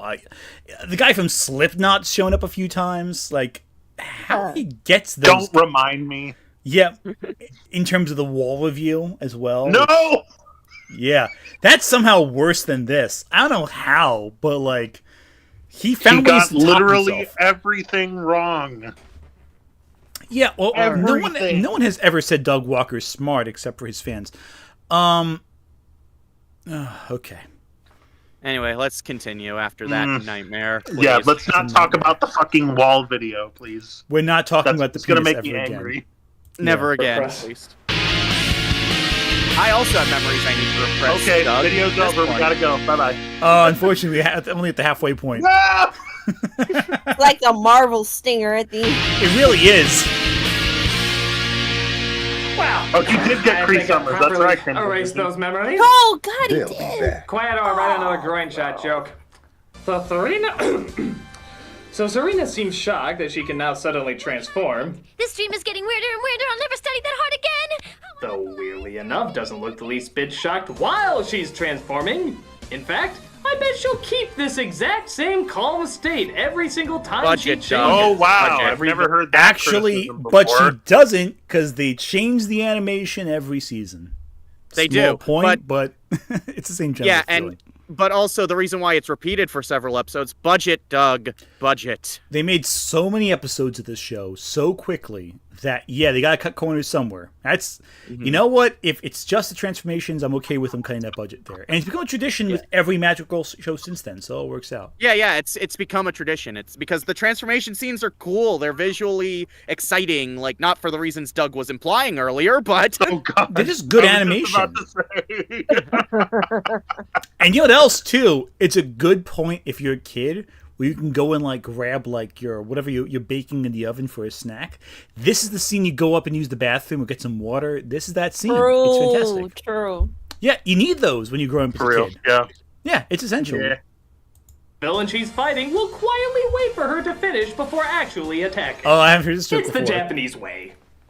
Speaking of which, there actually is a villain in this series, known as Queen Beryl. Yes, because no name is more terrifying than a wooden container that can bring me alcohol. It's a gemstone. Actually, you sure she's not? It's a gemstone, Doug. They're all gemstones.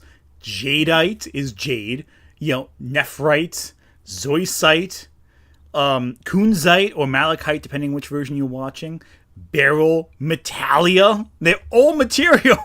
They're all minerals. I mean, and it does end up working like that because legit, I work with a woman who has that name and she works in the jewelry department. Yes, I do. She works in the jewelry department? Yes. Oh, that's amazing. I love this person. And I don't mess with her. Like, I really don't mess with nobody.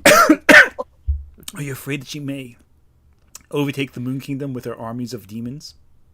No, she'll go yell at me. That's actually worse, actually. It's a fair point. Not the hero.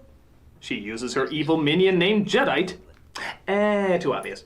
To get energy out of the people That was a dub of Earth. change. Oh, that's fair. Yeah, all to he serve was the changed evil from realm Jadeite of to the Jadeite. Negaverse. Fair enough. Or as Luna likes to put it, the Negaverse. The Negaverse, the Negaverse, the Negaverse, the Negaverse, the Negaverse. How does All right, one strange thing with the Deke dub I never liked.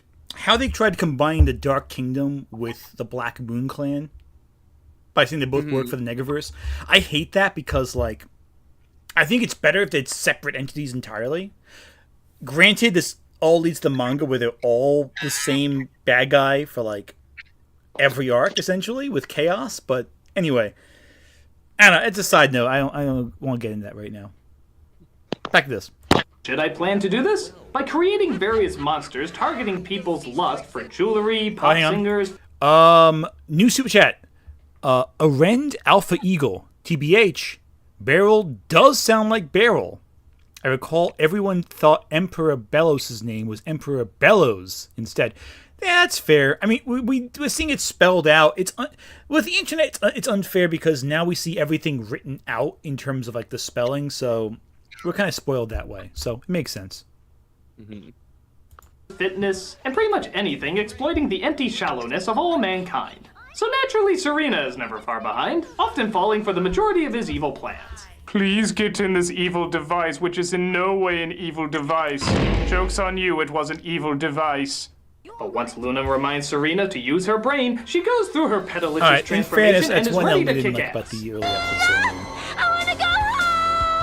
Or cowers in the corner like a fucking scaredy cat. In one episode only. Yeah. Yeah, because she's a teenager who's being suddenly forced to go fight crime, Doug. How dare Exactly. how dare a 14-year-old girl dare get she? scared by freaking bodybuilders?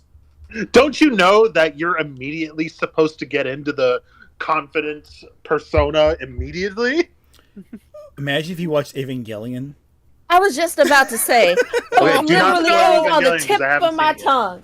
I won't spoil it, Ash, but I'll just say, damn, I hope Doug never watches Ava. Anyway. Oh god, can you imagine? It'd be the funniest ever. Anyway. In fact, the fucking scaredy cat is braver than her. You must fight this evil monster or the whole universe could cease to exist. It's Yeah, time Ash, she's to hiding become behind a Serena. pole. Yeah, seriously. Luna's so brave. Also, this is why you watch more than 10 episodes, Doug, because after like the first 10 episodes, Usagi becomes braver as a character. Right. It's part of an arc where she grows. And like, yeah, she'll have dumb moments where she's like, "Oh, I feel insecure about this thing," or "Oh, this is stupid." But like, it ties into the episode's story every time. Like, that's how stories function, Doug. Right. In fact, you can see a clear, Before you say that, Jazzy, new super chat. Truth, Hope, and Love, thank you again. I think he has watched Evangelion. I fear for this world. Anyway, basically, what I was gonna say was, like, you can see that she kind of gets better and better, like, as she not only gets used to this, but also as more Sailor Guardians or Scouts or whatever you want to call them join. Like, her, not to borrow a Kingdom Hearts quote for a second, her friends are her power. Her friends are her power, 100%. And she grows and develops as they go on. It's fantastic. That's one quality of Sailor Moon I love, where she clearly builds a sense of community around herself and found family. I adore that so much. Anyway, back to this.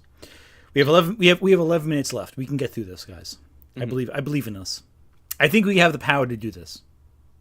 Let's do it. Let's do this. Let's go! You have to stand and fight. Be brave. Never running from a real fight. That's exactly what she's doing! She's running from a real fight! Come on, you idiot! Don't pussy out! Pussy up! I think it can also be used that way. Yeah! Well, it'll probably surprise no one that Sailor Moon actually does very little physical fighting in this show. Bullshit. Which is no big shock. And she even raises her knee. In the first 10 episodes, maybe, but come the end of the series, she is like universal levels of power Usagi reaches by the end of the series are ridiculous. Okay.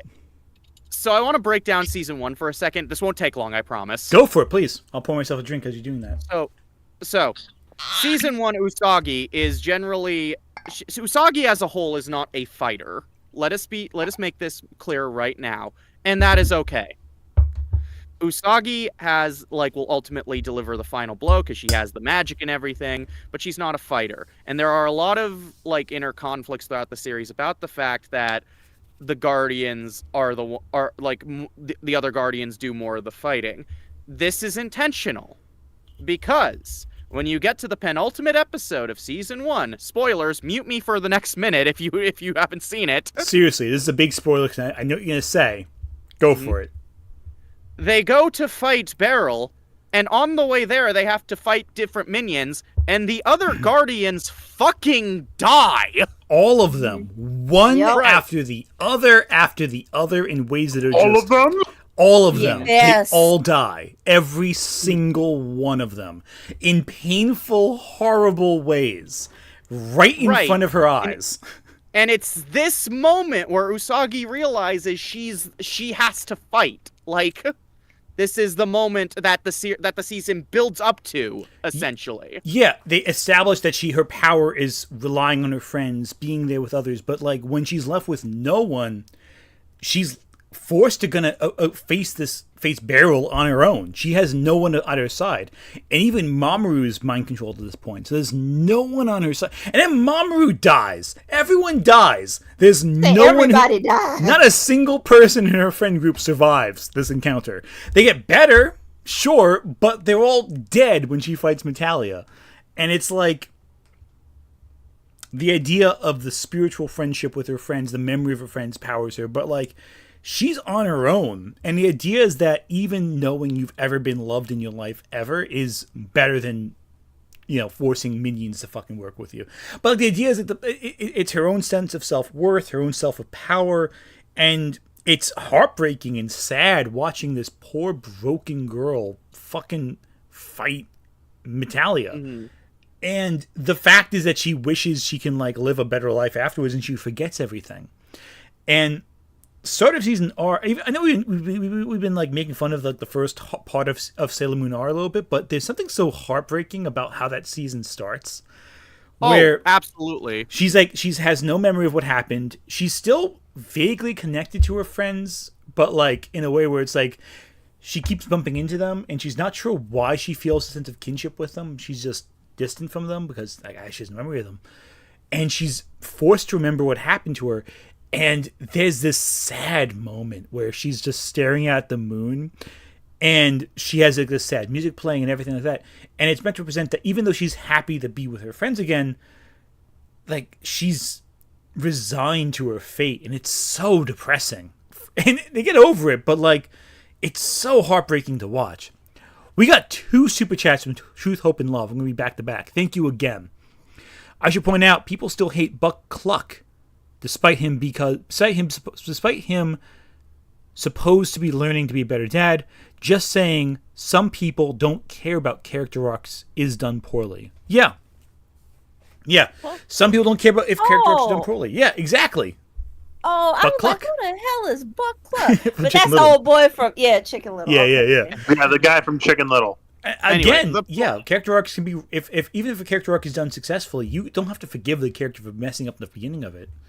That's a valid point. That's a valid anchor for the discussion. It's a fair point. But yeah, but the worst Usagi did in the pre-character arc was not be good at fighting. like the worst she ever did was she ate too much food, played too many video games, and crushed on too many guys.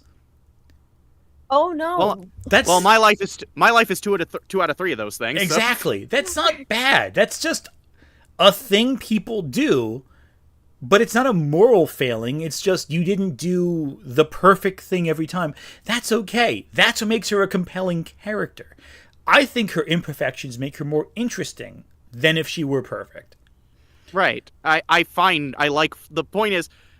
It's fine to have a character who's super flawed at the beginning, especially when you have a series of so many episodes to expand the arc a bit. Mm-hmm. And what I love about Sailor Moon also is that Usagi is still all of those things when the show ends. She's just also a hero. You know? Like those elements aren't seen as a negative she has to overcome. They're just parts of who she is. But she's still regarded as a personification of pure love. She is still a mess. But she's also regarded as one of the greatest heroes in that series because of just the pure empathy and love that's embodied in her. And that's what makes Usagi, I think, such a compelling character. I think, take away whatever else you can from her. Her sheer devotion to her friends, I think, is one of the most admirable characteristics of any anime protagonist, bar none. And Sailor Moon does it so fucking well, I think. I don't get a soapbox for this because I could talk about Sailor Moon for hours, and I will come the end of this month, by the way. My last video of Pride Month will be a Sailor Moon video. Fuck yes. I know, yeah. Gonna talk about Sailor Moon for the last video of Pride as a treat. But, Usagi is one of those characters who just is so lovely and kind and good, but also flawed as fuck. And that works so well for this character. Anyway, diatribes aside, I've drank too much whiskey. I can talk about Sailor Moon endlessly with that kind of context. So let's keep going. Centimeter to kick, she exposes her goodies to the world, which in many parts of Japan, of course, is no big problem anyway. Doug, most of the fight scenes require her being trapped or stuck in something for probably longer than is needed. But hey, anything to save on that action-packed detailed animation that we're just going to repeat anyway. In fact, the one you'll see most often next to the transformation sequence is her using a magic tiara which turns her enemies to dust. They stopped showing this after episode 23. Yeah, I was gonna say in this case, she has different attacks as you go on. They switch it up. Mm-hmm. So, Doug, you're fucking wrong again. Anyway. The guy doing the magic act next door comes to save her, then allowing her to throw her goddamn tiara. You must believe in yourself, Sailor Moon. Tuxedo Mask, thank you! Don't mention it. This is Tuxedo Mask, and yes, it is painfully obvious who it really is. But please don't tell Serena. Yes, she's not very bright. Yeah, obviously. Also, it's been 17 minutes, and he has not mentioned a single one of the Sailor Guardians outside of Sailor Moon. We're only now getting to Tuxedo Mask, which... I'm just realizing right now, the core element of the show, not mentioned. Well, we spent a whole goddamn 5 minutes on Japan and girls and... Man, just... Yeah, stuff that has fucking nothing to do with Sailor Moon, but okay. Nothing whatsoever. Anyway, back to this. Others will test you. Do not be afraid.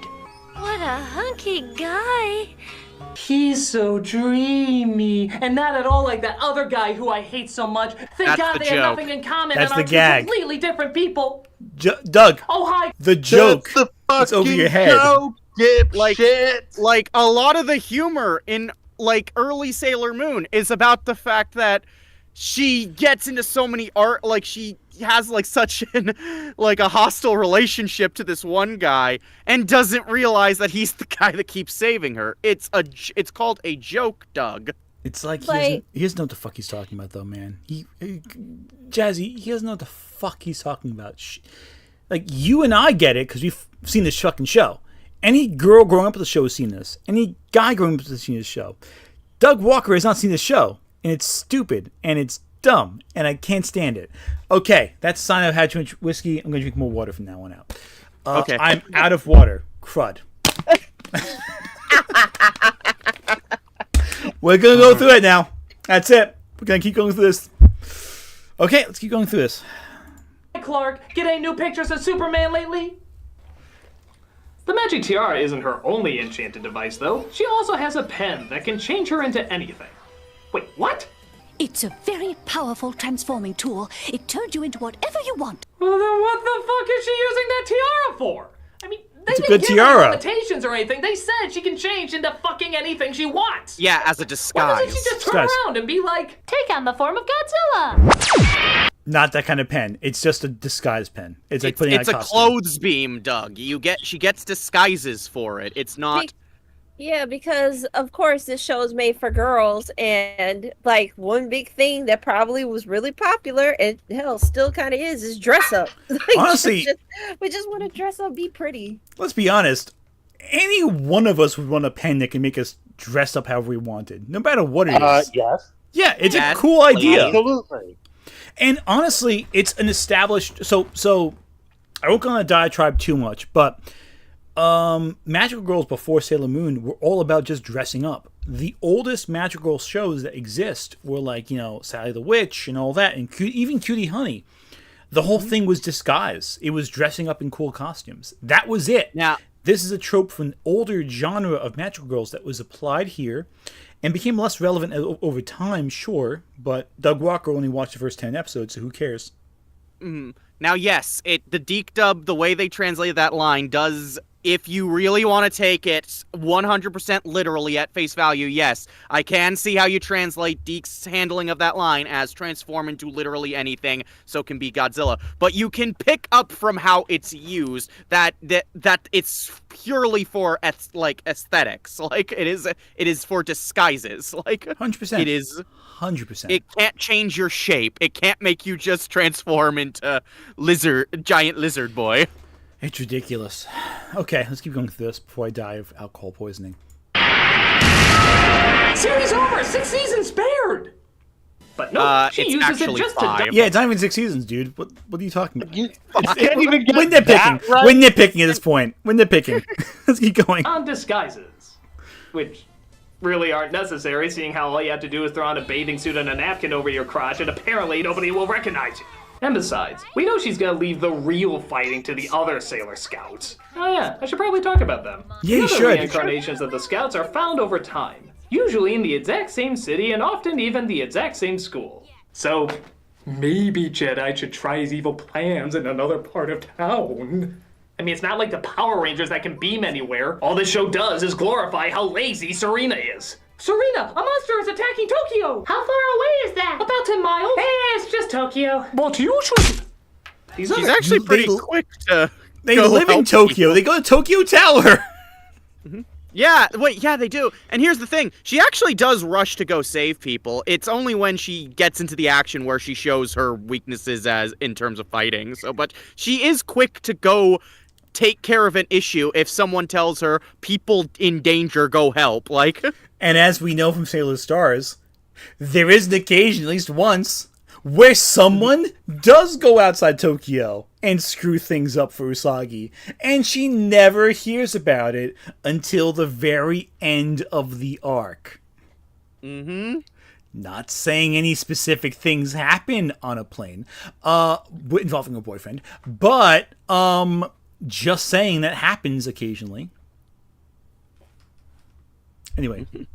Other sailors are Sailor Mars, who uses fire, Sailor Jupiter, who uses thunder, Sailor Venus, who uses energy beams, and Sailor Mercury, who uses fucking bubbles! Yeah, Their personalities are about as on par as, let's say, the Spice Girls. No, that's too demeaning. Let's say handsome. But to their credit, they are the ones who do most of the work. okay, give me And they're 1 eventually- second. Go for it, I'm gonna Jazzy. Jazzy. debunk this and I'm gonna debunk this in seconds. Jazzy, the mic is yours. Go for it. Sailor Mercury, smart, kind-hearted, usually kind of the peacekeeper of the group. And when it comes to internal conflict, Sailor Mars, hot-headed, very serious, very like singular focus when it comes to the mission.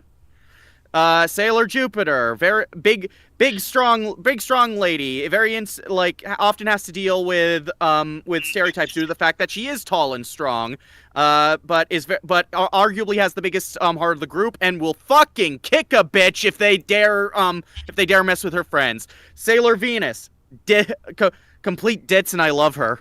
She's a disaster. And like again, even going off of that too. There's so many episodes that just go into their character arcs.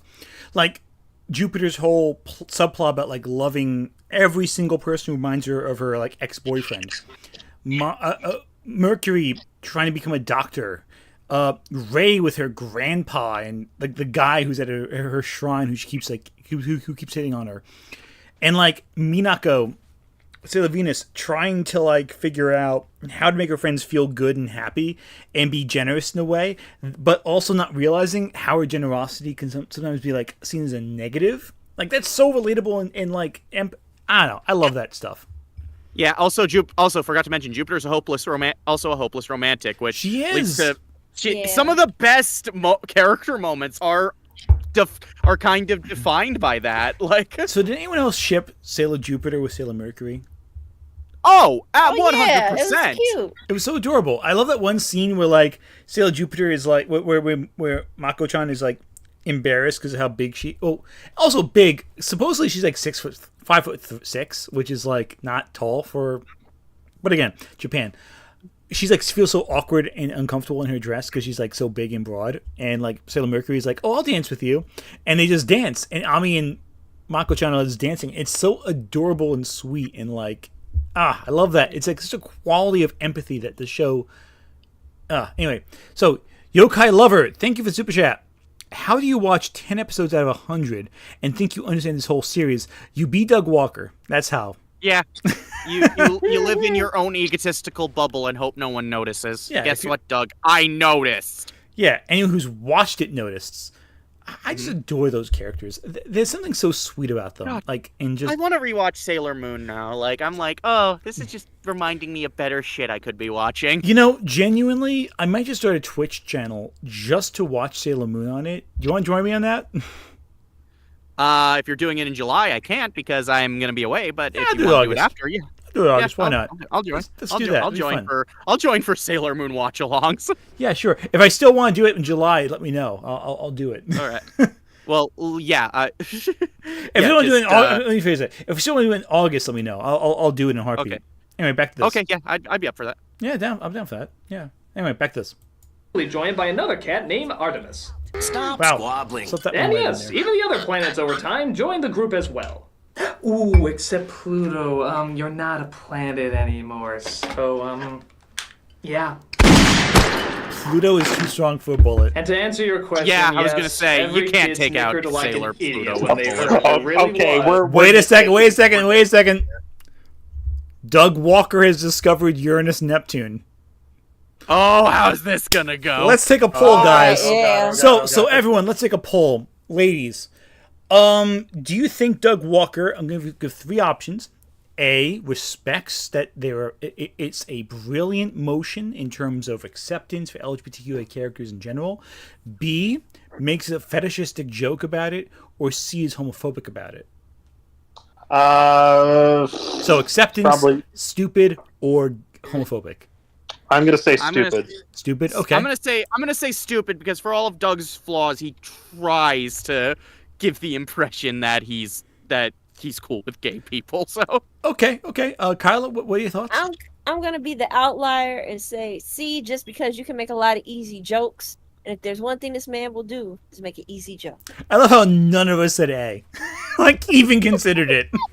no, And even in Like, chat, yeah, they're like, like all B and C. be Like, serious, none man, of will us you? think A. Yeah, be serious, will you? All right, chat. We're seeing a lot of B's and C's, mostly B's, but some C's. Let's determine what the answer is. As a sailor Uranus. Wow, even worse than we thought. Okay, hang on. Hold on, I don't think... Actually, things got kind of interesting with her character, seeing how Uranus and Neptune were cousins in the show, but not in the Japanese version. No, in the Japanese version, they were a couple.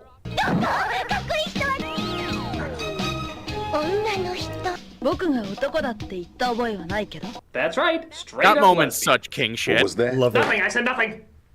Yeah, kind of yep, funny MVP. how we can sex Yeah, up our I knew it. 14-year-olds I fucking all we knew it. want, but Yeah, it'd You be made, stupid. you made a dick joke. Made a dick joke. All right, let's see the where this idea goes. of them being attracted to something that don't have a penis apparently was too much for Americans back then. So just to check. And Okay. it still kind of is. Shame. Okay. Shame. Come on, guys. Maybe you could have worked it into your half-ass PSAs at the end. Oh yeah, I forgot to mention there's PSA. Okay, you know what? At least he wasn't homophobic. So C is out For there, real. but B was definitely in. So So I Doug also wanna Walker say- already better than the what's that one guy who looks like? He's the guy who looks like the guy who does all the Nickelodeon reviews. I don't know. What's Let's his just name? continue. What? I don't even know who you're trying to. He does like who does the you've been iCarly drinking, Ant. ones. You're going at your drinking, Ant. We need to not wait for you to remember people. Whatever, I'll remember it later. I remember when it doesn't matter anymore. I guarantee it. In this show, obviously slapped on at the end of each episode using the same animation they used before. Because Laura knows the show hasn't repeated enough animation already. Starving Leave Laura yourself out of this. And exercising till you drop is not a I smart way hate to this lose episode weight. so like much. a car without gas, our bodies can't run without food. Good nutrition. Quentin, yes, Quentin reviews. That's the guy I was thinking of in terms of who. Okay, Quinton reviews. Who does he look? He looks like another grifter though. He looks like something. He has a big beard and was banned from So Magic it's the a Gathering. guy who looks like Quentin reviews. Yeah, who's banned but from is- Magic Gathering. And he's mentioned he looks like this guy too. And he's been banned from Magic the Gathering events. I have no idea. Oh, No that's clue. gonna be Anybody. crazy. It's a specific guy who has like 100,000 followers. And it doesn't matter anymore. Who gives a shit? Time fillers is an understatement. Half the time, they don't even bother to fill in the dead. The air quartering, scarce a yes, little. that's him. The quartering, thank you. Okay. Right? He looks like okay. a little bit. All right. The dude Okay, who pissed so- in his basement. Yeah, that's the one. Okay, That's so a yeah, funny Doug, reference. Doug Walker's are not as bad as the quartering. He's gone above him. He's at that. He's above that level. right. There we go. Thank So, you, chat. when We it comes figured it to out. Mystery solved. Yes. When it comes to the quartering, like what I'll never forget is when he quote tweets Michael Giacchino saying "fuck Hitler," and he says, "And Yikes. there we have." Yikes! Yeah. Like, It's like we have Never to. live that down. Hitler criticism is the point where we have to draw controversy now. That's the part where we're like a little You concerned. made it political. You made it political. His face is the meme of that, though. Anyway, so Yes, I digress. exactly. That's why I said it. There you go. The quarter poundering. The quarter poundering. Anyway, back to this. Little about it. Daydreams are nice. And there we especially the have ones it. about food. Oh, daydreams are cool, all right.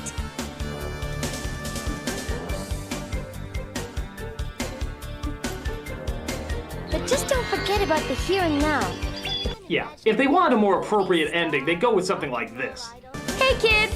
A lot of time we get angry letters from your parents because we know our show makes you dumber. So here's our last minute table scraps to try and teach you something in the last few seconds we have. The show make you fuck you. Brush your teeth! Or in the case Sailor Moon is just a show about girls being friends. For some reason, it's a popular meme to make fun of things that are like nice for girls. Like, I don't know. And again, I'm a cis man. I have no ball in this game, but it pisses me off anyway.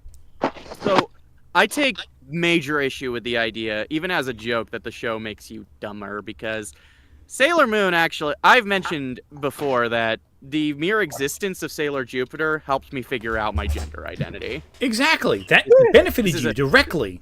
Right. It is no exaggeration to say that that make fun of it all you want.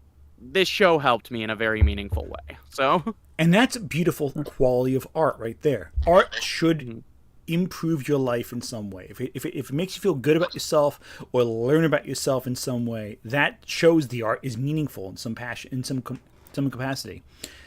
Mm-hmm. The problem is Doug Walker doesn't know what the fuck he's talking about, has never seen art that makes him feel anything in any meaningful capacity, and therefore is unwilling. No, that's not true. That's an exaggeration. I'm being mean. That's not the case. The problem is he's not seeing how the art has enhanced people unlike himself. He's looking at it from a very binary perspective where it's like good for him or bad. The problem is he's bad at watching Sailor Moon. Yeah. So the lesbian duo, maybe they can do something like, Hey kids, you got boys and you got girls. Pick one. No, I will not pick one. Doug Walker. I feel like I feel like attacked the with that option one. of I feel like the option of C just made a reappearance. Yeah, at the came end right of back. the video. Came right back. Came right back. I've been redeemed. Kyla, you and I, with our bisexuality, will unite on this one. I wish I wore my bisexual shirt. I have a couple bisexual shirts. Me too, man. Me too. Fuck yeah. 3 of us united under the bisexual flag. Guys, unite. The bisexuals. Me sitting in the corner Jazzy, waving my you little lesbian fucking with flag. you and your lesbian flag. Sit the fuck out there. You sapphic clown. Oh my god. Can you believe some people like one... I'm sorry. Crazy, That would get canceled if I say that. No. Well, so anyway. Jazzy Oliver's over party. Yeah, there we go. All joking aside, though, like, sexuality is its own fucking thing. I'm who just you gonna like. say, What? Ash, if you're trying to cancel me, get in line. Honestly, though, they have to get in line for me, too, so we're in the same boat, at least in that front. Anyway, back in this... and guys, that's as far as I got. Thank I know there's God. more characters and more villains, but I specifically wanted to address the repeated formula that got Sailor Moon popular in the US. But it's and why not- on earth it actually worked. And So that- But, like, that's not what got it popular. And The he didn't formula explain why changes. it worked. Yeah, the formula changes. And he didn't explain That's how why it shows worked. usually work. Like, Doug, you Explain didn't... how it worked for the show's benefit and its popularity. Even if he didn't like it, he didn't explain that at all. If that was his thesis, he didn't bring it up. not even remotely. I feel like I'm losing my mind. Wait. No. Kyla, you and me with you there. I think I'm going crazy think. here. I know we've been saying he only watched 10 episodes, but I don't think he even watched that. Because he's including clips from 100 episodes later. He just fucking Google searched it. Like, I don't know. Because it's like, he didn't explain why it was popular, why people liked it. Because he doesn't understand why they liked it. And because he can't understand why someone else, unlike himself, would like it, he doesn't even bother doing the fucking legwork. That seems to be a recurring thing with Doug, especially considering the fucking wall. He doesn't fucking get any. We're gonna have to inevitably talk about the wall at some point in one of these Yeah, streams. well, I aren't we? mean, I don't have the strength for that shit. So dead it's been to the glue factory. I don't have the strength for that shit. I can't do the Pink Floyd shit. Pink Floyd's fantastic. I grew up with The Wall. My uncle, when I was like 11 years old, was like, "Hey, buddy, you want to hear the best guitar solo in any album ever?" He Comfortably played Numb, right? Comfortably Numb. Yeah, That's I what he know played. it, I know it, yeah. And you know what? It is one of the best. I don't know if it's the best guitar solo ever, but it's certainly top 5 content right there. It is. All right, up there. I'm gonna stop you from all the Pink Floyd love. You're gonna have to do a wall video if you want to do that. We're gonna keep things on topic. Okay, but before we go on, I have to, don't I? I love the entire Waters era of Pink Floyd, like Dark Side of the Moon, Animals, Wish You Were Here, The Wall, The Final Cut. I love all of it. It's fantastic. It is. That is like, for me personally, because I grew up with uncles who listen to that shit all the time. That's like childhood for me. And so for me, I have the whole, again, nostalgia element too, but it's also just good fucking music. Nostalgia. Nostalgia, there you go. But it's also good fucking music, and that's what matters. Anyway, we have less than 5 minutes. Let's fucking finish Oh my this god, shit. let's just fucking like Let's go power through the through. whole Let's thing power right through. now. We got this. Let's finish. Let's hold thoughts till the end. As I can figure out, power is through. as such. Serena acts like a selfish idiot. Supportive friends pick No. up her slack. No. Beryl rubs No. Crystal Ball like a boob and First sends voice 6 Jedi minutes. out No. to create I a know. monster First and 12 or a minutes. device to No. obtain energy. Using a marketing just tool resist the targeted urge towards to vain pause, though. suburbanites. One of the scouts discovers the plan or falls for it herself. Transformation takes place via reused sexually confusing animation. No. Scouts No. are trapped. Stopped after Pratt in the episode Hat 12. seems to get them out and do nothing else. Serena never figures out who he is. Uses Also a not magic true. tiara that she should have used earlier She literally instead of does reusing figure more out who dialogue. he is. Stops Destroys 20 villain and goes episodes back to in. being an idiot again. So, yeah, just to double not check an again, idiot. why did this work? Perhaps like a lot of other formulas, Well, it tell knew us what that. to keep familiar and what to keep changing up. It knew it was going to have a villain, but it changed up what kind of villain. It knew it had to involve an interest or product that girls wanted to be involved with, so it had a different one each episode. There was always peril that the girls had to get out of so that you'd feel great by the end when they finally do. Keeping the formula exactly the same, but changing up just the right elements that needed to be changed. But no, because later episodes changed the formula entirely. It became more about characters with passions and dreams, not about vices. And because of that, they show focus on people trying to achieve their dreams and people trying to corrupt those dreams they're trying to That's a formula, sure, but it's a different formula than what Doug Walker's picking up on. The later episodes of Sailor Moon focus on people trying to pursue their dreams and add value to the world and what it's interesting and compelling and dynamic. And the Senshia, like, the Guardians are like looking at that going like, okay, maybe one of them intersects with that. Maybe one of them has a connection to that.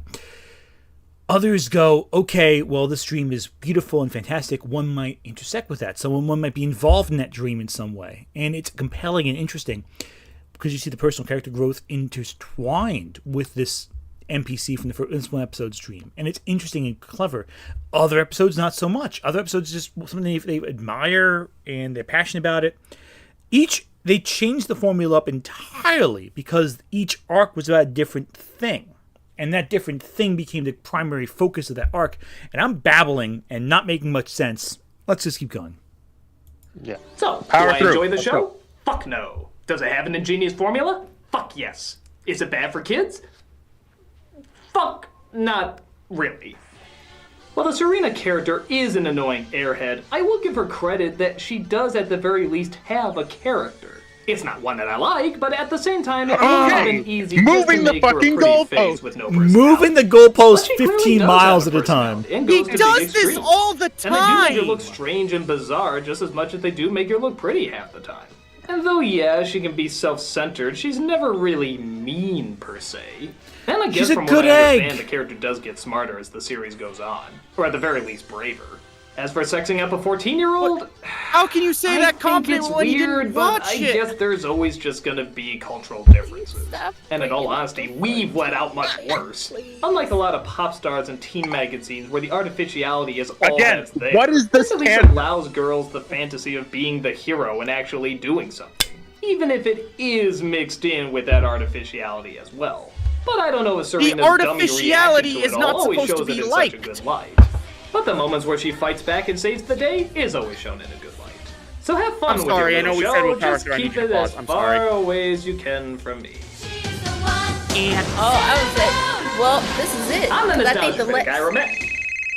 yeah, All the right. rest of the skit. That's we it. Gotta It's watch a that. skit. No more. No more. No. All right, you know what? You know We're what? done. We're done. Let's We're done. play this. No. You know what, Ash? Maybe the last skit will prove it. When the words "the end" show up, which I know will show up in about 30 seconds, we'll stop. Okay. Let's do it. Okay, but you're letting me. But you're letting me go on a tangent after this. After I Hot will. thinks he may have like finished that formula or whatever. She got out safely. She got out early. Yeah. She's safe. Alright, Critic, I know I messed up with the Sailor Moon formula, but I've come up with a formula that's even better. Even better. You mean like more successful than Sailor Moon? 3 times more successful. Really? Yes, according to my calculations, this should be the most famous, most profitable formula the world has It's ever a demo known. reel punchline, God, isn't it? Dr. Hack, what is it? What is it? Okay. 3 online performers, 2 male, 1 female, remake movies right, with the help of a Jazzy. German cameraman and I Irish immigrant. called that. I didn't even remember this, honestly. I knew it. I knew it was a demo reel joke. Just Doug Walker trying anything different fails Okay, every so, time. All right, I want to go on this. it's gone. We got rid of it. We did it. It's off the screen. Okay. We're I'm going not on my watching the tangent. other fucking review. I'm going on my Jazzy. tangent. Fuck you. Doug Walker does this shit all the time with stuff like he knows a lot of people likes because God forbid he stand firm on his own opinion. He does this shit all the time where he'll spend the review clearly making this one very negative point and then at the end go, "Oh, but actually this is pretty good. So I gave it praise." You can't say I gave shitty reasons for not liking something because I was fair at the end. He did it here. He did it rather infamously in the Wall review. Like he does I this liked it all fine. the A little time. full of itself, but good music and imagination. That's literally and it. this, and That's this is literally not good reviewing because if you have a point, I'd have more respect if he at least stuck with the thesis that Usagi was a shit character. Like, I'd still disagree, and I think his reasons are shallow, but I'd have more respect for him if he just stuck with it instead of just pussyfooting around it at the end. All right, let me put this. Let me say this. This bottle was filled when I came up here. Oh God, is it now empty? No, it's half full. I drank half of a Bullet Rye Frontier Whiskey 750 milliliter bottle of whiskey because every time I saw something stupid, I took a drink. So we're at half a bottle of whiskey right now with my coherence. I think we're doing pretty good for that, personally. You were better off just getting a straw and sticking it in the bottle if you were doing that. Basically, well, the problem is their lip strength. Not the biggest fun for me. That being said, though, this is the dumbest fucking thing I've seen in my life. This is so dumb and so awful. And I hate everything about it. And I regret asking you all to join me because I inflicted pain upon you. I don't. You agreed to pay me. That's fair. That's fair. I will go through hell and back if it means I get a decent paycheck, especially in June. Hey, man. Hey, Jazzy, it's fair enough. It's fair enough. That is fair enough. I will give you whatever you need for this shit fucking psychosis madness. Man, you all are fucking troopers for this shit. Oh yes. Just don't ask me to do the Wall video. I don't think your audience could take my rage. I don't think I have the strength for that shit. I can do Sailor Moon because I can endure it, but I don't know if I can fucking do this with the Wall. You kidding? Oh man, like. And yes, Chloe, you are. It's all good. If y'all thought we were angry during this, I mean, you ain't seen nothing yet. Oh my god. This is madness. Yeah, but compared to the Wall, the Sailor Moon shit was almost tolerable. This is pain. Yeah. Note I said almost. Why did anyone think this was good?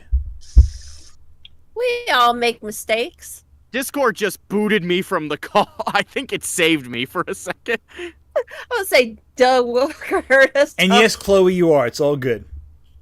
Hang on a second. I all good, man.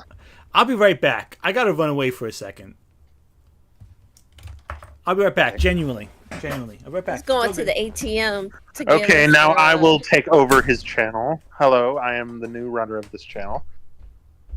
By the way, I'll say also right now that the point where I think Sailor Moon gets really good is the carnival episode where like that takes place after Mars joins the team. Oh yeah. I think the carnival episode is where the series really gets its groove. And I think if you want one episode, if you want an early episode that that I think will convince you, that episode is it. Because it's so fun and so bizarre. Yeah, I agree. Yeah. Oh God, just watching that and just having to. Like when he said like I was looking at this to see what about the formula made it so popular, and it's like you didn't mention that.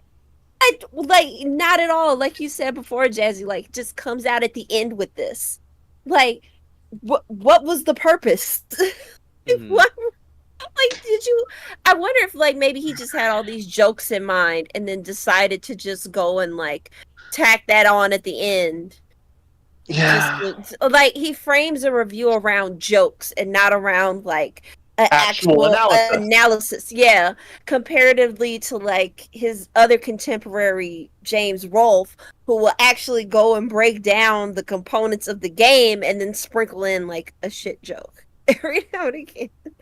Like, oh my God, I just So it just. Sorry about that, guys. So what'd you go do? Sorry about it, y'all. Sorry about that. I had to use the bathroom because I drank half this bottle of whiskey and had to go away somewhere. So,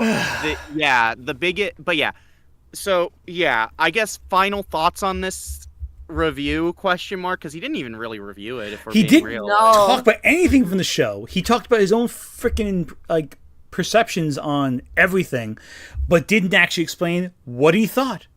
And how what the he age wanted. of consent in Japan is like...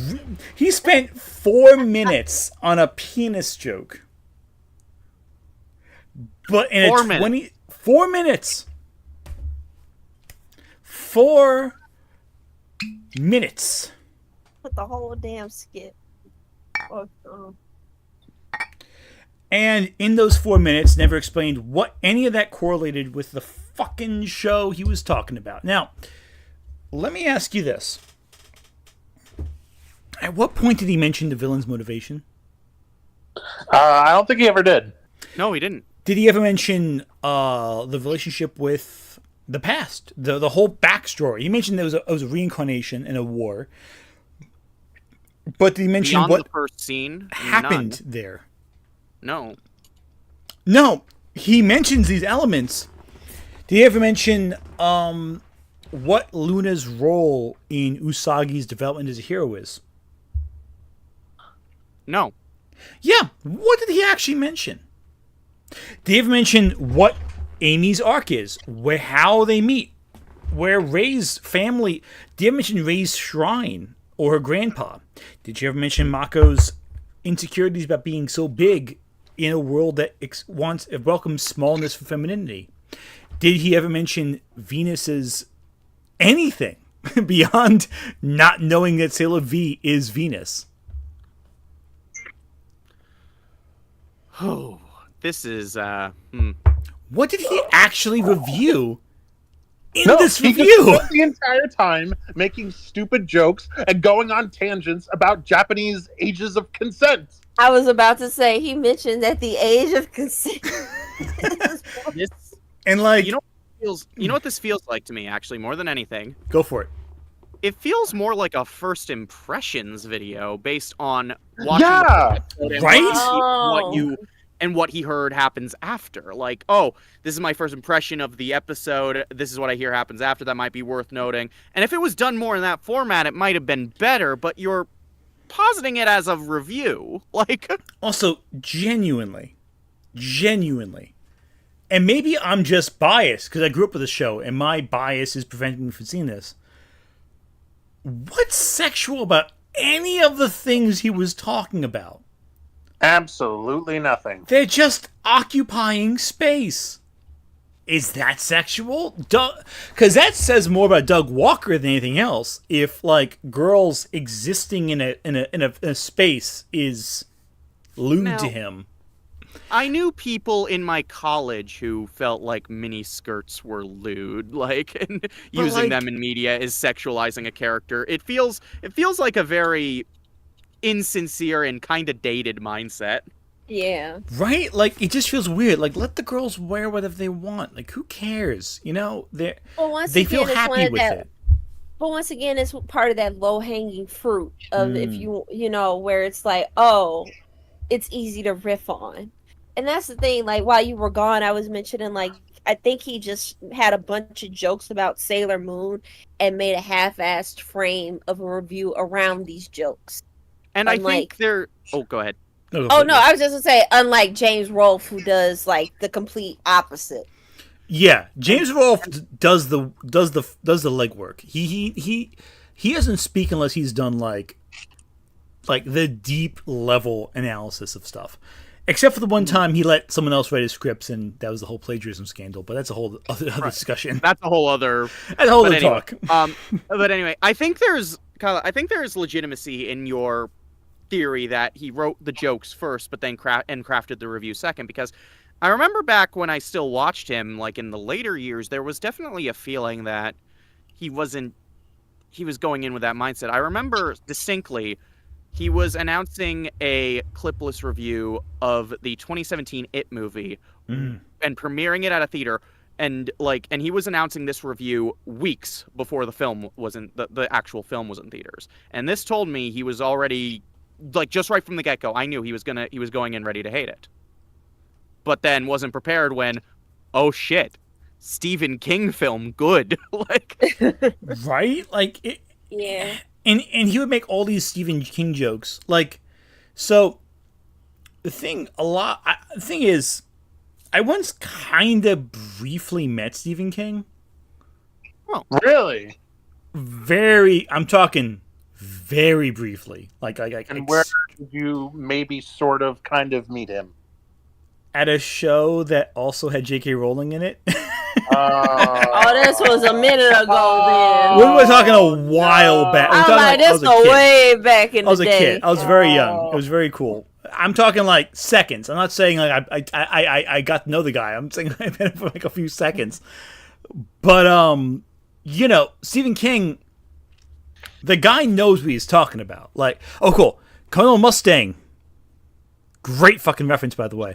He mentioned the deal with Uranus and Neptune, but he doesn't mention how the dub makes Zoisite a woman. Yes! That is true. In fact, he didn't even mention Zoisite at all. Or Fisheye. Actually, especially Fisheye. And you know what? That's weird, because now that you mentioned that, because he legit went to the Japanese, like, OG, like, sub to mention the fact that they went and made those two cousins instead of lovers. So you would think that, you know what? Let me shut up, because boy, I'm gonna do the work for that, but not for the other half. But not for that. Like, if you're gonna go to the Japanese sub and say, "Hey, I found out that these two characters are actually like lovers and not cousins in the show," then why not just you could do that, show the differences in the dub and the sub if you're gonna like fucking And you know what else? Also, he didn't mention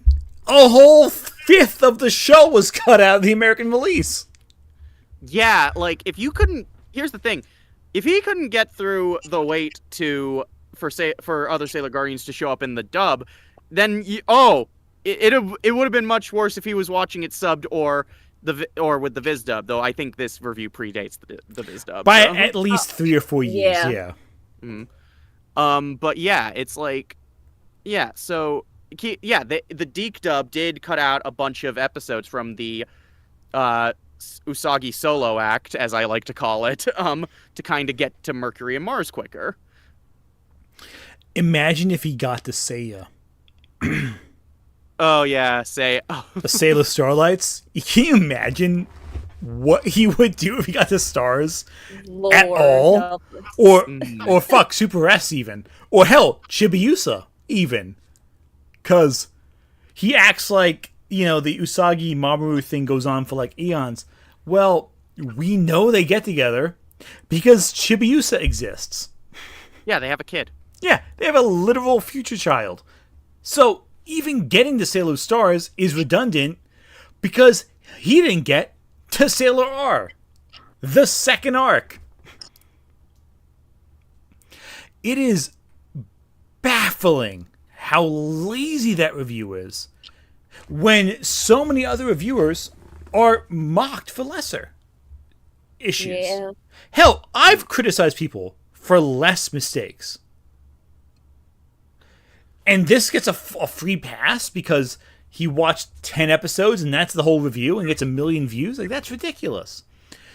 He showed footage of these arcs. Like, he showed imagery from them. And we all accepted this for, like, a decade? Like, we would never let someone, a contemporary of ourselves right now, get away with that, what he got away with 10 years ago. Mm-hmm. And I'm not saying got away with it, like he can do it. Of course, he can post whatever he wants, but like, we would have criticized it if it came out today. But 10 years ago, it's a free pass. And I'm making fun of myself for this too, because I gave him a free pass too. For all that crap when I was like in college, I gave him a free pass for that.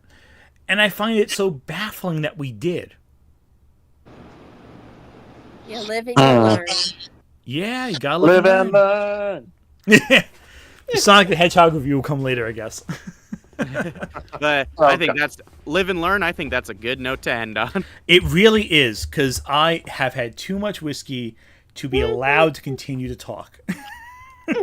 So, do we want to plug our social medias? 100%. Plug away.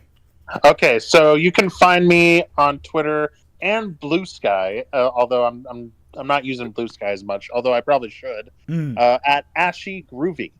And you can find me on Letterboxd at Ashy/22. And that's all my socials. Who wants to go next? Jazz, you can go. Sure. My socials, you can find me on both Twitter and Blue Sky under Lady Jazzington. You can find me under... I can never remember what my dang TikTok profile is because I use that enough to justify promoting it. But you can also find me under Jazzy Oliver on YouTube. I typed in the chat if you want to throw a sub. I mostly just do random voice acting things for there. You can find me at Jazzy Oliver VO on TikTok. I am echoing. I was going to say. And I think that's about it. All right. Well, you can find me on YouTube, on Blue Sky, on Instagram, hell, anywhere under Kyla T. I'm also trying, because I do draw, I don't really promote it as much, but I'm also now on Kara, the new app. That's primarily made with artists in mind, but really anybody can join, but it's kind of the thing. So we're trying it out. I'll let y'all know if it's any good. But if you're on there, along with a bunch of us, then you can find me there too. And of course, if you've watched this far, nothing. Oh, it's all good. If you watch this far, thank you so much for wading through the waters with us. We'll be back on Thursday with a positive review. Chloe, thankfully, dodged the bullet on this one. We will be watching a very different critic with N as their first letter of their name. We'll be watching Neuralities on Thursday. And it will be a very interesting review because Neuralities is one of those reviewers who I think was unfairly criticized in her day. Left YouTube, I think, after all the criticism got to her. But I think for all the things she said that is wrong, I think she said a lot that's right. And we'll talk about it on Thursday. Be a double stream this week. And then on Friday, I will unleash hell upon everyone. And you will be subjected to the second massive project I had this month. Woo. As actual hell is unleashed upon all of you. It'll be fun. Well, a good time. Anyway, thank you all of you for joining us right now. If you like this, leave a like, leave a comment. Tell me if we went too far with the alcohol, because I think I did, certainly. And there's nothing else to add. I'm not watching the response on Toonami. There's nothing else you can say about this. That's it. He says peace and it's published. What are you going to do? Bye. Take care, Bye, everybody. Bye-bye. Bye-bye.